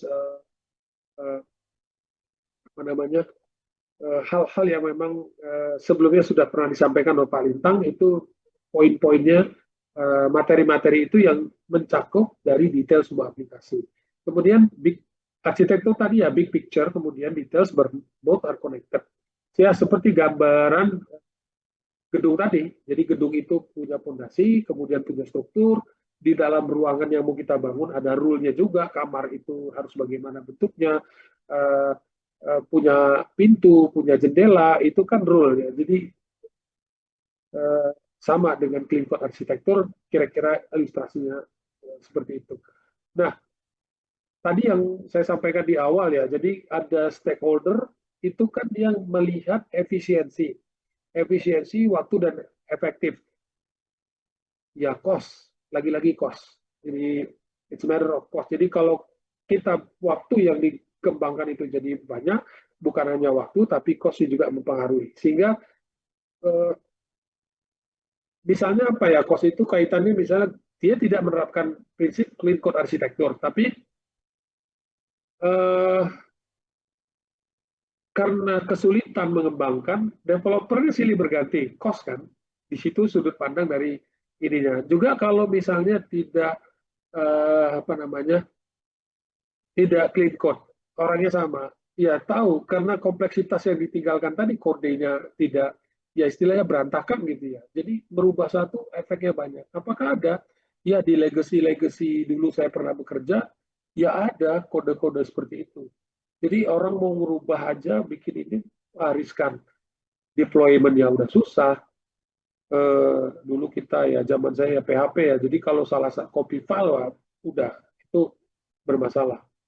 Nah, kira-kira ilustrasinya gini, kita breakdown dalam bukunya ya. Jadi part 1 kan sudah dijelaskan oleh pertemuan sebelumnya. Jadi buku itu dibagi separate part. Di beberapa part, starting with the bricks. Jadi starting with the brick sudah dijelaskan tadi, program paradigms dan clean code sudah disampaikan. Dan itu hal yang fondasi dasar kita membangun sebuah clean code arsitektur. Desain prinsipalnya sudah dijelaskan juga, bagaimana tadi ilustrasinya, apa namanya,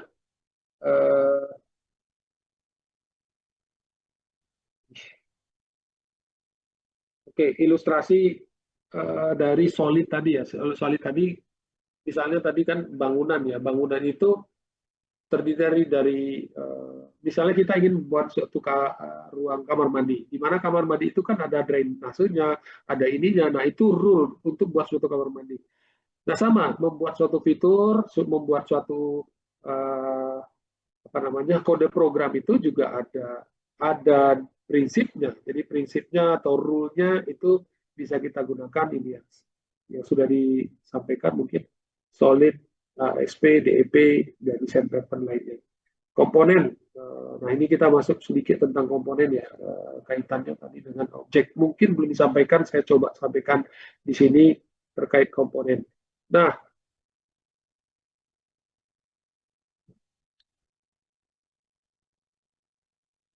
kemudian part berikutnya arsitektur ya. Jadi arsitektur itu part 5, kalau nggak salah saya, barulah dibahas, buku ini baru membahas clean code arsitektur itu di part 5, kalau nggak salah saya di bab 23. Jadi buku ini memang terserah terstruktur. Kalau kita bedah lebih dalam gitu ya, maksudnya waktu kita sehari mempelajari buku yang besarnya, tebalnya, dan jumlah halamannya 400, mungkin kita waktu 2 jam tidak cukup. Tapi saya usahakan in the nutshell, Anda sudah paham gitu ya, sudah paham dan arah tujuannya. Secara nutshell itu maksudnya secara ringkasnya gitu ya. Saya coba bikin summary-nya. Saya sudah bikin sebenarnya, saya mau contekan. Saya juga takut lupa ya. Nah, ini tadi building the picture with architecture. Saya masuk part di mana part 4 dan part 5 di buku ini. Nah, di part sebelumnya saya tidak menjelaskan lagi karena sudah dijelaskan oleh Pak Lintang. Nah, saya menjelaskan nanti part di mana komponen prinsipal apa hubungannya dengan clean code arsitektur. Ada hubungannya gitu, sangat hubungannya sangat erat. Oke.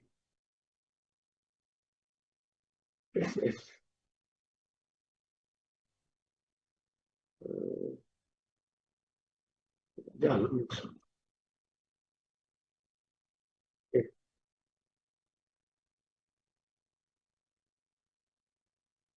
Nah, saya akan jelaskan namanya komponen cohesion, yang dimana komponen cohesion itu ada 3. Ada red group for the user, CCP, apa itu nanti kita akan jelaskan di slide berikutnya. Kemudian bagaimana diagram ini kita akan menjelaskan. Jadi ada kerkaitan dari apa namanya 3 hal ini kita akan bahas. Nah, reuse release equivalent principle. Jadi Uncle Bob ini menerangkan tentang reuse ya. Jadi reuse itu apa namanya sebuah ini dijelaskan bahwa a set of class that are used together should be packed and released together. Jadi kelas-kelas yang punya apa namanya yang dia di reuse, jadi akan di reuse itu dipaket dalam dan dirilis secara bersama. Kenapa? Nanti sebenarnya kalau di Go apa bisa diimplementasi lebih banyak ini mungkin package ya, package yang ada mungkin di mana ya bisa kita bikin package ketika kita rilis package itu. Nah, itu berpengaruh di situ ketika jadi ada kalau di bab sebelumnya dia bahas itu ada kayak jar, ada zip, ada apa kelas DLL kalau dulu ya. Nah, itu kalau kita rilis satu DLL yang memang dia punya yang di reuse, dia di package, dirilis secara bersamaan. Sehingga ketika kita merilis paket itu atau jar itu mudah gitu ya. Jadi itulah pentingnya kita melihat bagaimana kita bisa membedakan kelas-kelas. Jadi kelas sudah diajarkan sebelumnya ya. Jadi reuse kelas kelas-kelas yang saling bergantung ya. Jadi atau saling menggunakan harus berada dalam satu modul dalam package yang sama. Jadi tidak boleh tersebar. Jadi ketika kita merilisnya pun mudah gitu, mendeploy-nya pun mudah. Itulah sebabnya dia harus di package dalam yang sama. Kemudian rule-nya tadi unrelated class group. Jadi kalau tidak related nih saya kasih contoh nanti ya. Jadi yang tidak related dan frequently random across module dan related class release together. Jadi violation-nya misalnya ini contoh unrelated. Contohnya ada suatu kelas dia membuat kelas itu invoice calculator. Di dalamnya juga ada PDF exporter dalam misalnya kalau dulu package yang sama. Nah, itu nggak boleh gitu ya. Jadi dia udah menentang rule-nya itu. Apakah nanti kita akan pelajari, kalau saya contoh di Go itu sebenarnya uh, ini ya, saya belum melihat di mana gitu. Mungkin bisa disamakan dengan package ya. Jadi itu kita import package bisa. Jadi nanti di ketika rilis atau kita copy satu package itu, misalnya mau di reuse di kode program lain, itu kita tinggal copy paste dan dia tidak punya dependensi. Nah itu bisa. Jadi, nah ini contohnya ya. Jadi dia harus uh, violation example-nya begini. Nanti ada good implementation-nya bagaimana? Ya, invoice, text calculator, place dalam invoice package. Karena dia tergolong dalam sama gitu ya. Dia memiliki saling bertergantungan antara invoice calculator dan text calculator. Frequently used class juga ya. Jadi di sini user violation-nya ya violation yang helper ya, user helper across module without consistent versioning. Jadi contohnya misalnya dia membuat versioning yang memang tidak apa ya, tidak konsisten. Jadi good implementation-nya bagaimana? Ya use helper is a part version. Jadi dia punya version ini yang memang user core package. Nanti kita akan lihat contoh sampel code-nya di bawah. Related class release together. Jadi order service, order violator. Jadi kalau dia ini harus dikompil dalam release equivalent principle. Nah ini contohnya ya. Ini tidak disarankan ya. Jadi capitalize HTTP kan ini tidak dalam package yang tidak saling berkaitan. Tidak disarankan seperti itu. Nah, kemudian release equivalence principle. Jadi model structure kita bikin modul InvestCore ini ada release equivalent-nya ya, reuse, release equivalence ada dua ini ya. Jadi modul invoice core dan report utils. Jadi report utils. Jadi dikategorize berdasarkan ininya ya. Ini benefitnya apa? Jadi bisa reusability, independent release. Jadi dia bisa rilis tanpa kita bergantung tadi kalau dia sebenarnya tidak ada hubungannya itu kan kita tidak kesulitan gitu ya. Jadi kita mengembang apa untuk package itu yang memang tidak ada kaitannya kan kita jadi uh, apa independen. Jadi saling tidak dependen satu package dengan package yang lainnya.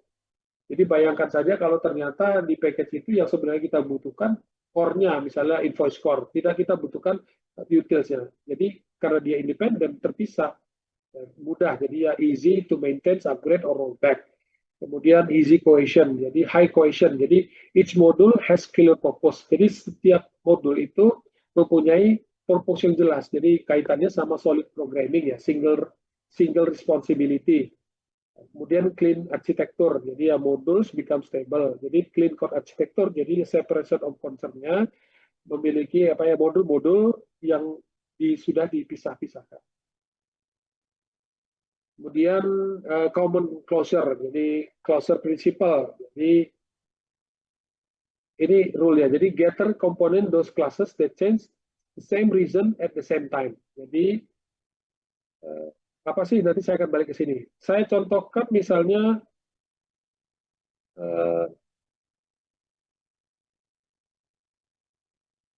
contohnya itu misalnya tadi ini ya.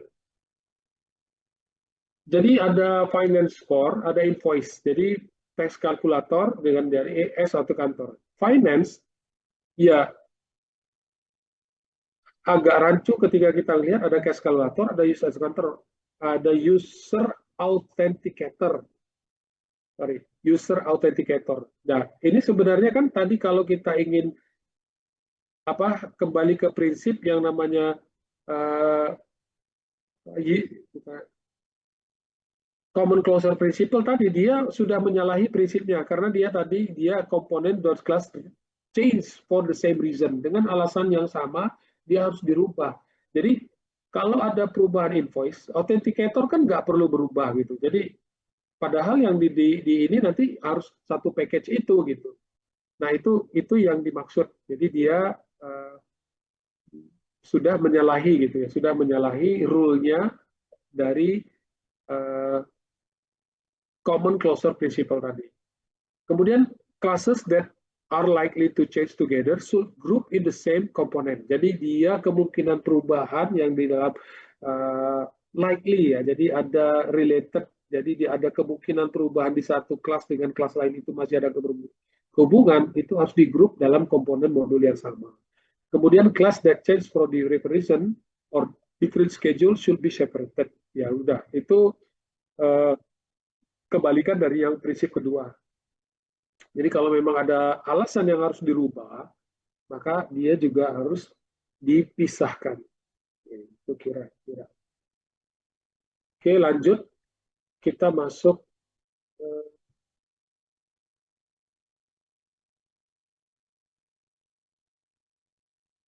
sini.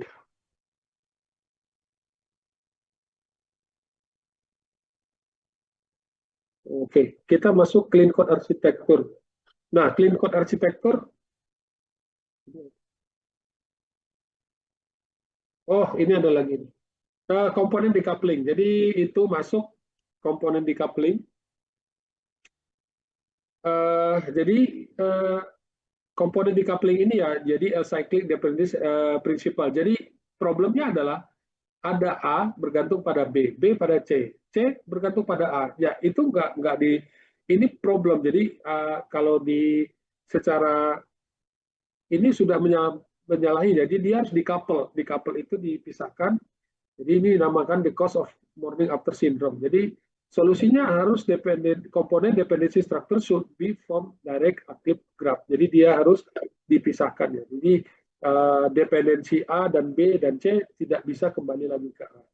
Kemudian stable dependency, depend on direct created stability. Jadi komponen itu kan memang secara punya apa ya, banyak incoming dependency. Jadi others depend on it. Juga ada dependensi ya, jadi dia dependensinya juga sedikit. Jadi problemnya itu jika ya komponen yang dia sangat bergantung dan kemudian ada berubah, dan itu kan ada risk dan cost yang harus kita measure. Jadi ada di sini cara measure-nya itu dengan fan in ya, number of components that depend on it, juga fan out. Komponen-komponen yang it depends on. Jadi saling bergantung. Jadi ada fan in dan ada fan out. Ya kita harus lihat dari number of komponen itu. Itu prinsip stable dependency principle. Nah, stable abstraction principle. Jadi komponen should be abstract it is stable. Jadi with what mean? Jadi apa maksudnya? Jadi komponen yang stable itu kalau memang hard to change because many depend on it, should be extract. Jadi harus diekstrak. Jadi karena memang dia sulit berubah. Jadi dan banyak yang bergantung pada kelas itu. Jadi ini juga yang harus kita perhatikan. Jadi dia harus easy to extend via interface or abstract class. Nanti ada di interfaces ya. Jadi kita mainnya interface. Jadi salah satu prinsipnya apa ya? Interface segregation ya. Nah, kemudian ada komponen is unstable. Jadi it can be concrete, easy to modify and directly. Jadi langsung bisa. Itu komponen coupling. Kaitannya nanti ada di clean code arsitektur. Nah, kita masuk clean code arsitektur ya.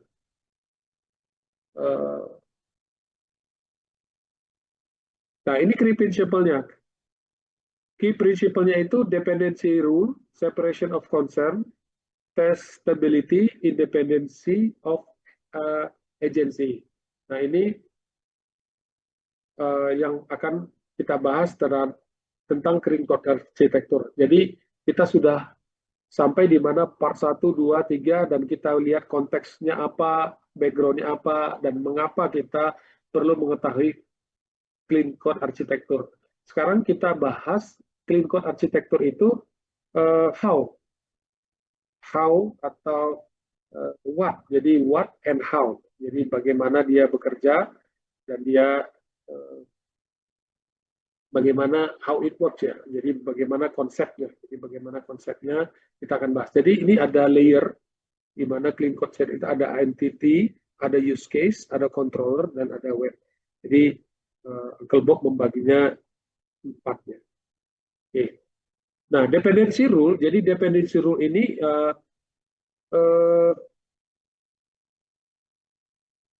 objektifnya adalah bagaimana decouple. Jadi business logic itu dipisahkan. Jadi for external dependency. Jadi enabling supaya dia lebih fleksibel. Contoh misalnya tadi entities. Jadi entities itu dia tidak bergantung pada layer yang di luarnya, use case. Tapi use case bergantung pada entity. Nah, begitu juga controller. Jadi dia memisahkan, dan memang rule seperti itu. Jadi kalau ada perubahan di entity, apakah use case berubah atau controller berubah? Bisa iya, bisa tidak. Tergantung framework yang saya katakan tadi. Entity-nya berubah. Entity-nya misalnya saya tambahkan, karena kita menggunakan GORM, ya mungkin nanti akan saya jelaskan. GORM itu dia sudah di-define di entity-nya, nanti SQL-nya juga dia udah tahu field apa yang akan di-fetch, di entity-nya berubah, nanti di layer presentation-nya juga kita tidak perlu berubah. Jadi cukup dirubah di entity-nya, itulah rule ya. Jadi rule-nya dia akan memisahkan, jadi di decouple. Jadi decouple yang mana di layer mana yang kita harus bisa modify. Jadi dependency rule bahwa entity tidak bergantung pada use case, tapi use case bergantung pada dependensi ya. Jadi dia dependensi pada entity. Dan controller juga begitu. Nah, nanti kita akan lihat akan lihat bagaimana code-nya ya. Jadi kita akan lihat demonya. Tapi mohon maaf saya mungkin Anda yang ada basic-nya Java atau apa mungkin bisa ya. Jadi dia applicable di mana di pemrograman apapun ya. Jadi Java, kalau Anda bisa misalnya juga di front end di Flutter, Anda bisa minta layer presentation-nya, layer service-nya, itu bisa juga gitu. Jadi clean code itu bisa di backend, bisa di front-end, bisa di Java, bisa di Go. Hanya sedikit perbedaan gitu. Hanya ada beberapa prinsip-prinsip misalnya tentang solid tadi ya, tentang bagaimana dia mengimplementasikan bentuk. Salah satu contohnya itu desain pattern. Jadi desain pattern, apakah di Go itu ada vector method misalnya? Itu yang mungkin ada perbedaan-perbedaan di sana. Nah, kita kembali purpose of entity. Entity itu apa? Jadi contain most general high level usage rule. Contain, jadi prinsipnya. Jadi kita harus paham dulu entity itu apa. Kalau kita paham entity itu apa, kita tahu layer ini isinya apa gitu maksudnya. Jadi Anda bisa menentukan dia itu code yang akan di dalam entity itu apa gitu. Jadi they contain the most general and high level business rule. Kemudian they hold for domain logic independence of UA database framework and technology and any technology. Example invoice user, contoh ya, invoice user dan tax order calculator. Jadi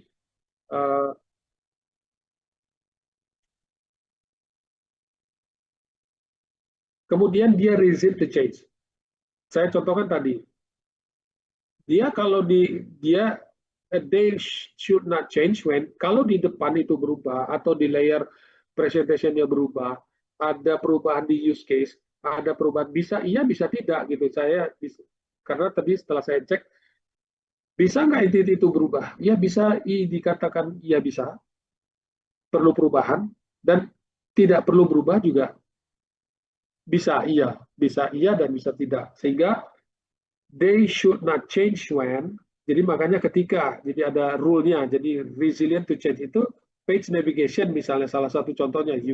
Kemudian ada perubahan contoh security system change atau framework replace. Misalnya tadi framework is replace itu Spring Micronaut. Kemudian saya juga contohnya misalnya di layer entity itu struktur datanya tidak berubah, tapi di layer repository yang tadinya saya pakai Oracle, saya pakai GORM misalnya, GORM framework-nya, kemudian saya ganti pakai SQL native-nya, apakah entity berubah? Entity tidak perlu berubah. Makanya dia tidak perlu berubah. Jadi disinilah membagi, di mana kita membagi perubahan-perubahan itu berdasarkan layernya. Ya.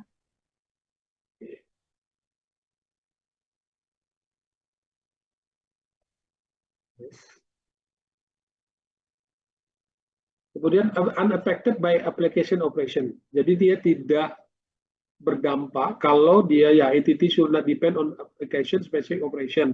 Jadi dia tidak depend, tidak bergantung pada specific operation seperti ada perubahan input, ada user authentication tidak berubah. Jadi routing request handling ya tidak berubah. Jadi the only change when the domain rule change. Jadi dia kalau ada perubahan tadi ya struktur data berubah, tipe data berubah, contoh atau function rule-nya berubah misalnya. Jadi apa sih yang diisi gitu ya. Jadi kalau nggak salah saya entity itu terdiri dari bisa data, bisa function. Jadi dia bisa data dan bisa function. Nah, ini contohnya ya. Jadi bisa rule yang set of rule tadi bisa struct. Ini contoh di Go. Kemudian di ini rule of function ya. Di function apa yang bisa ditaruh di entity misalnya. Memang ya rule of business-nya gitu. Jadi rule of business-nya ditaruh di entity. Kemudian juga di model punya struct ya kalau di Go. Kalau di Java ya juga sama ya ada di model. Jadi ada yang bilang istilahnya ada yang bilang model, ada yang bilang entity. Kemudian ada C# ya, ini contoh-contoh ya, ini contoh struct invoice. Nah, kemudian kita masuk application layer, use case. Jadi application layer ini prinsipnya apa? Jadi specific business rule, jadi use case. Jadi kalau ada logic, ini taruhnya di layer use case. Jadi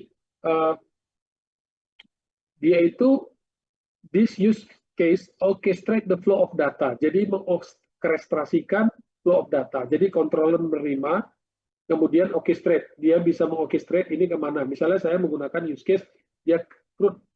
Jadi kalau CRUD, kalau dia mengorkestrasikan antar ini. Jadi dari satu misalnya, bukan CRUD ya contoh, dia calculate, use case-nya misalnya calculate discount, jadi calculate discount. Nah, di dalam calculate discount itu, pertama, si produk ini mungkin dia baca dulu, ini produknya apa, jenisnya apa, apakah dia ada diskon. Dia baca dulu ke tabelnya, dia baca apakah dia memiliki diskon. Kemudian setelah dapat, oh dia kategori diskonnya gold misalnya. Kemudian gold ini ada di tabel lain. Nah, use case itu bisa ngehit, dia bisa kita bikin satu metode, dia bisa metode yang namanya dia get dulu, get detail produk, kemudian dia get benefitnya, jadi dia get benefit dari produk itu. Nah, di itu rule logiknya nanti dikali berapa, dikurang berapa, atau ini dia itu di orchestrate di layer di layer use case. Jadi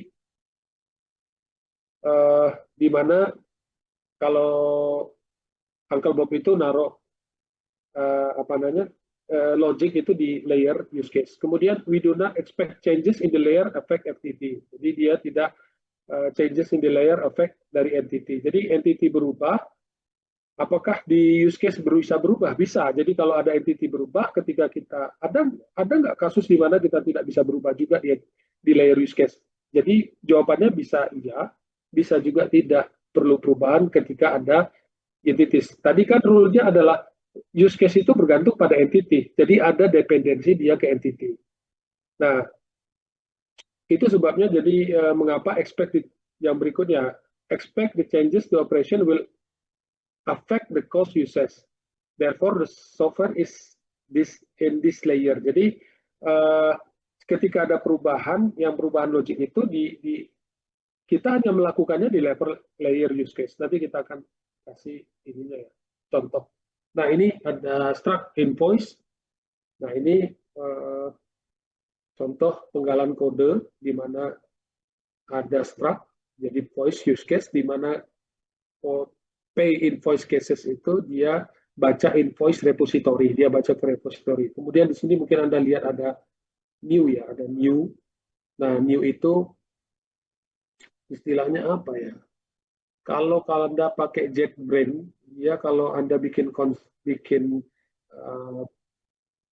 use case ini, kemudian dia bisa, kalau JetBrains itu ketika Anda bikin struct, kemudian Anda mintakan dia bikin konstruktornya. Jadi istilah dia itu untuk yang di bawah new invoice case itu dikatakan constructor.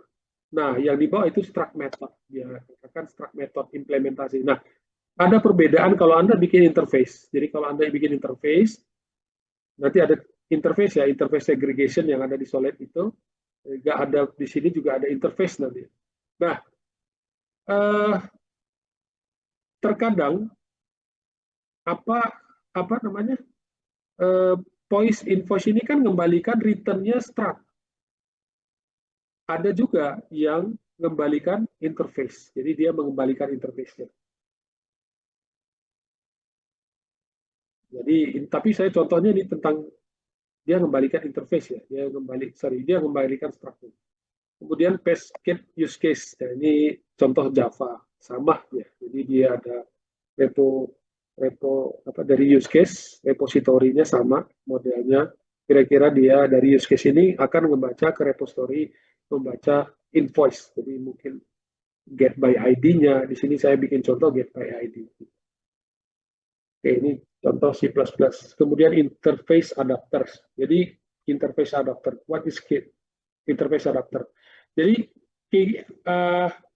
interface adapter itu adalah di mana use case dan dia format jadi dari dari use case interface adapter bisa ke DB ya web or vice versa contains MVC. Jadi di depan itu bisa kita ada kalau untuk penerapannya di MVC itu ada controller, view, presenter atau dia contains models ya. Jadi juga bisa kita dari layer ini interface adapter itu ada yang bilang controller ya.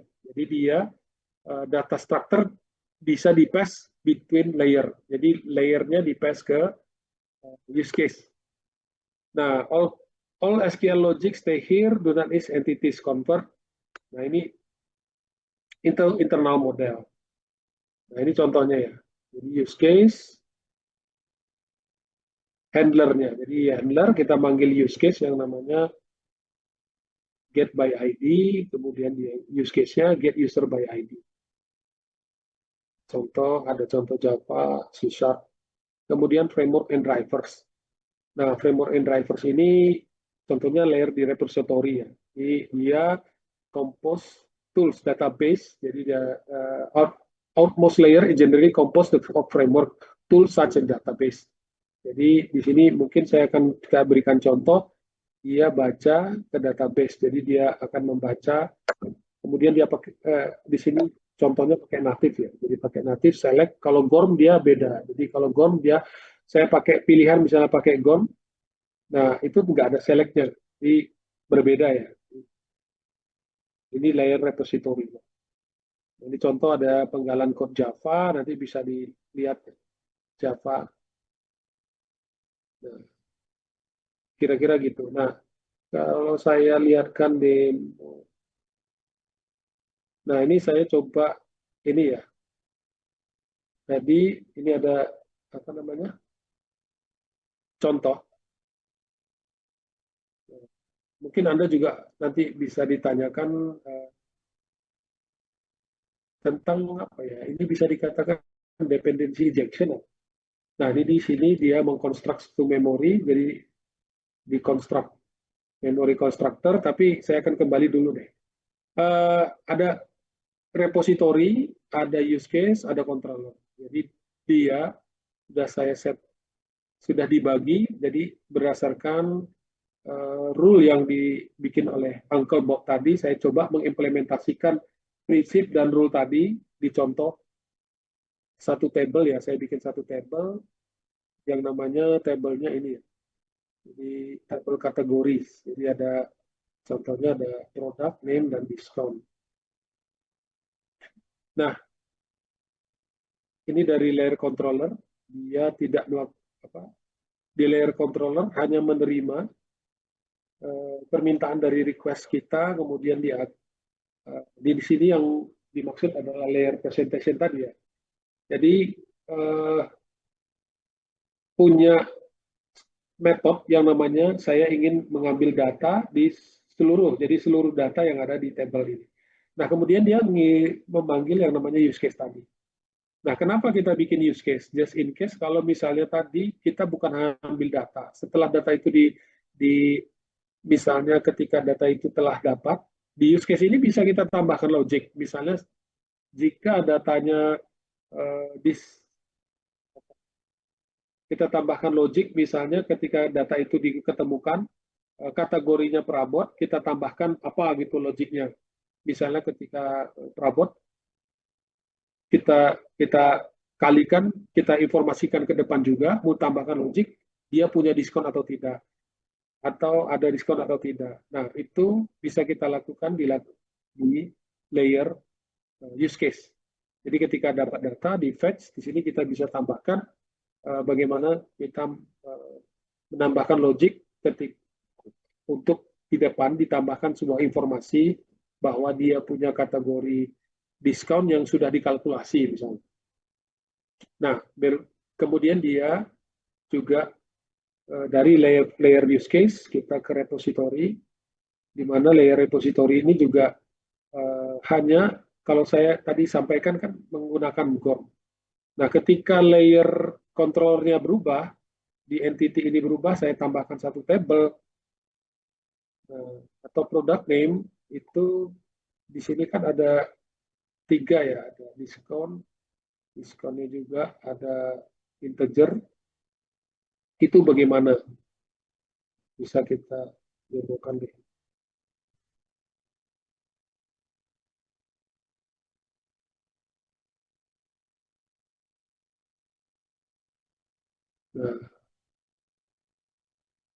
Nah, ini yang saya sampaikan tadi, ketika ada perubahan ya, ada perubahan modified, kita menggunakan GORM dan kita level yang kita perubahan ternyata ada informasi yang harus kita tambahkan mengenai diskon. Jadi kita merubahnya hanya di layer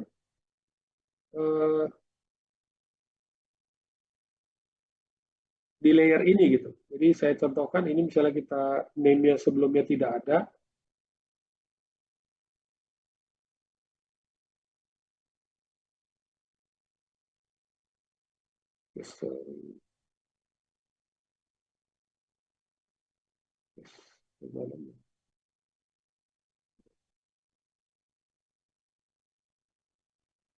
Nah, name-nya kan tidak ada. Nah, ke depan itu ada perubahan misalnya.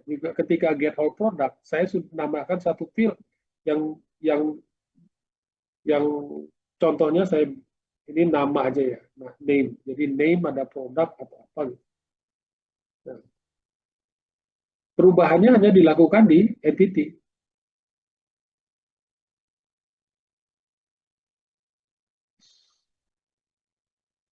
Oke. Nah, dia keluar. Nah, itu yang saya sampaikan tadi. Apakah ketika di layer, jadi di separation ya, udah di separation of concern. Ketika di layer saya memilih menggunakan GORM, dan kebetulan saya menambahkan di layer entity, dan dia tidak bergantung pada layer di luarnya. Yang dimana tadi saya sudah dari gambar kan, saya juga sudah sampaikan bahwa di layer use case, di layer handler, itu tidak ada perubahan. Jadi use case, handler tidak ada perubahan. Hanya perubahannya di layer entity. Jadi itu yang dikatakan dia masuk prinsip yang namanya easy to develop. Jadi maintain dan scalable. Jadi kan prinsip-prinsip yang sudah saya sampaikan tadi, bukan prinsip sih, benefit ya, atau benefit atau kegunaan dari import ke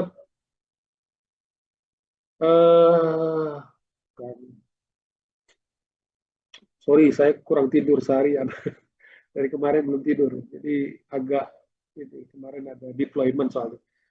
It's okay, jadi bukan prinsip ya, jadi di keuntungan, jadi bukan keuntungan, jadi objektif dari clean code itu kan maintainable, scalable, kemudian easy to develop ya.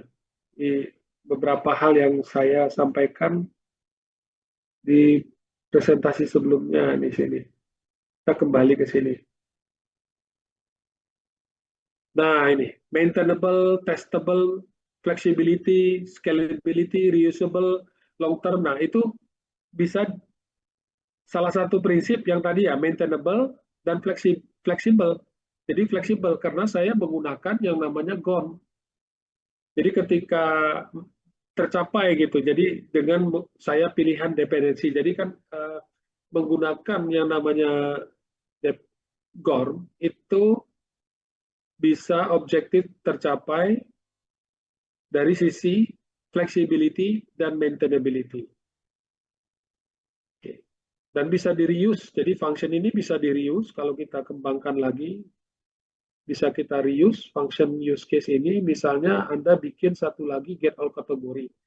Nah, Anda bikin di sini juga mau dari level repository, Anda bikin juga file, misalnya di sini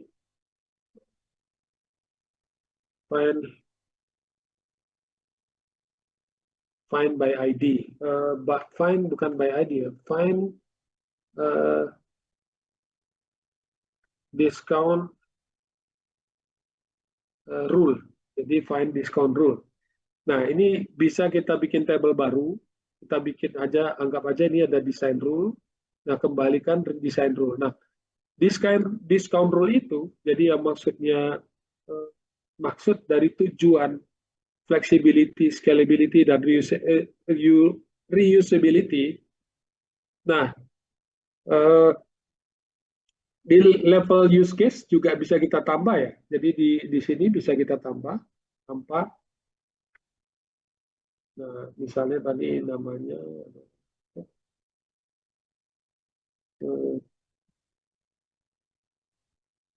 discount rule.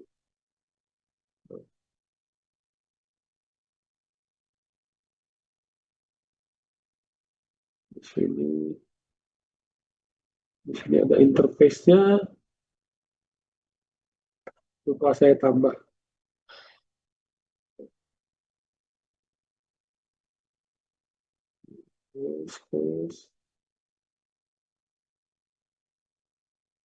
Nah, bisa. Nah, itu yang dimaksud dengan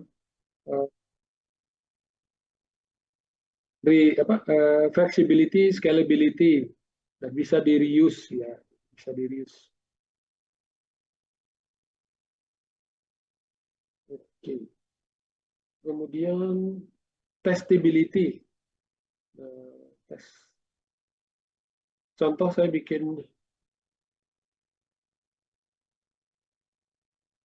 nah, ini ada perubahan di mock-nya.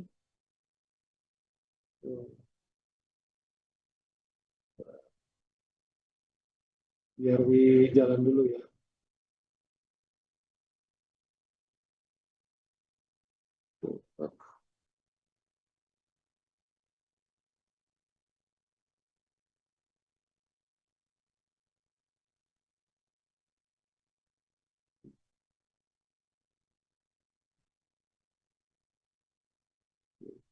Ini saya udah jalankan. Nah, ini contohnya nih. Dia ada, bisa kita lakukan testing.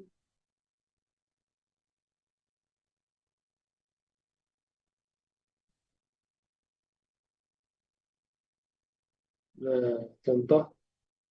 Jadi dari tes kita melakukan mocking, pass, sukses, atau fail, bisa kita lakukan ya. Jadi clean code dia testability. Jadi dia bisa melakukan testability. Dari sisi tujuannya adalah clean core architecture itu di importance ya, bagian penting juga, terbagian penting bisa kita bisa melakukan testability pada clean core architecture. Oke. Kita lanjut, udah berarti sudah semua.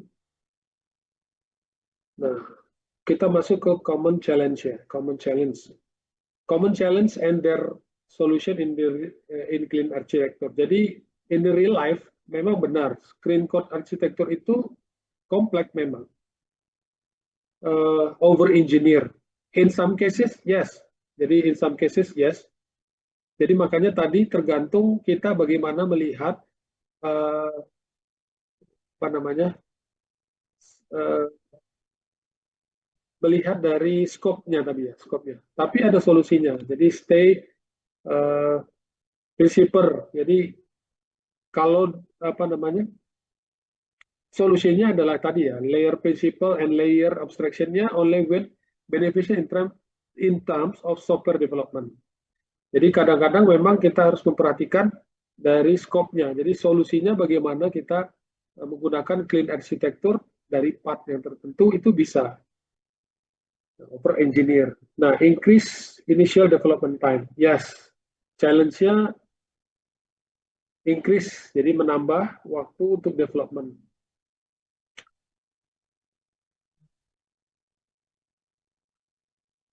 Maksudnya ya tadi dengan adanya misalnya kita tambahan, misalnya memperhatikan prinsip-prinsip tadi, kemudian ada unit testing yang juga bisa kita lakukan ya, untuk agar bisa kita di testable gitu ya, juga mengurangi code itu dalam keadaan clean ya. Clean itu artinya bisa juga katakan bagus dalam baik itu ketika di unit test atau di QA. Jadi di QA, di UAT dia dalam keadaan yang memang karena sudah dilakukan tesnya yang baik, proper, seorang developernya sudah melakukan unit testing dengan baik dan tingkat ininya mungkin 80-90, kemungkinan besar QA pass-nya lebih tinggi. Waktu efisiensi mereka tes itu lebih banyak daripada mereka balik lagi. Jadi balik lagi ke target tes masih ada error, masih ada bug. Nah, di sanalah yang membedakannya. Kemudian waktu ya, karena dia membuat unit test, jadi waktu lebih panjang.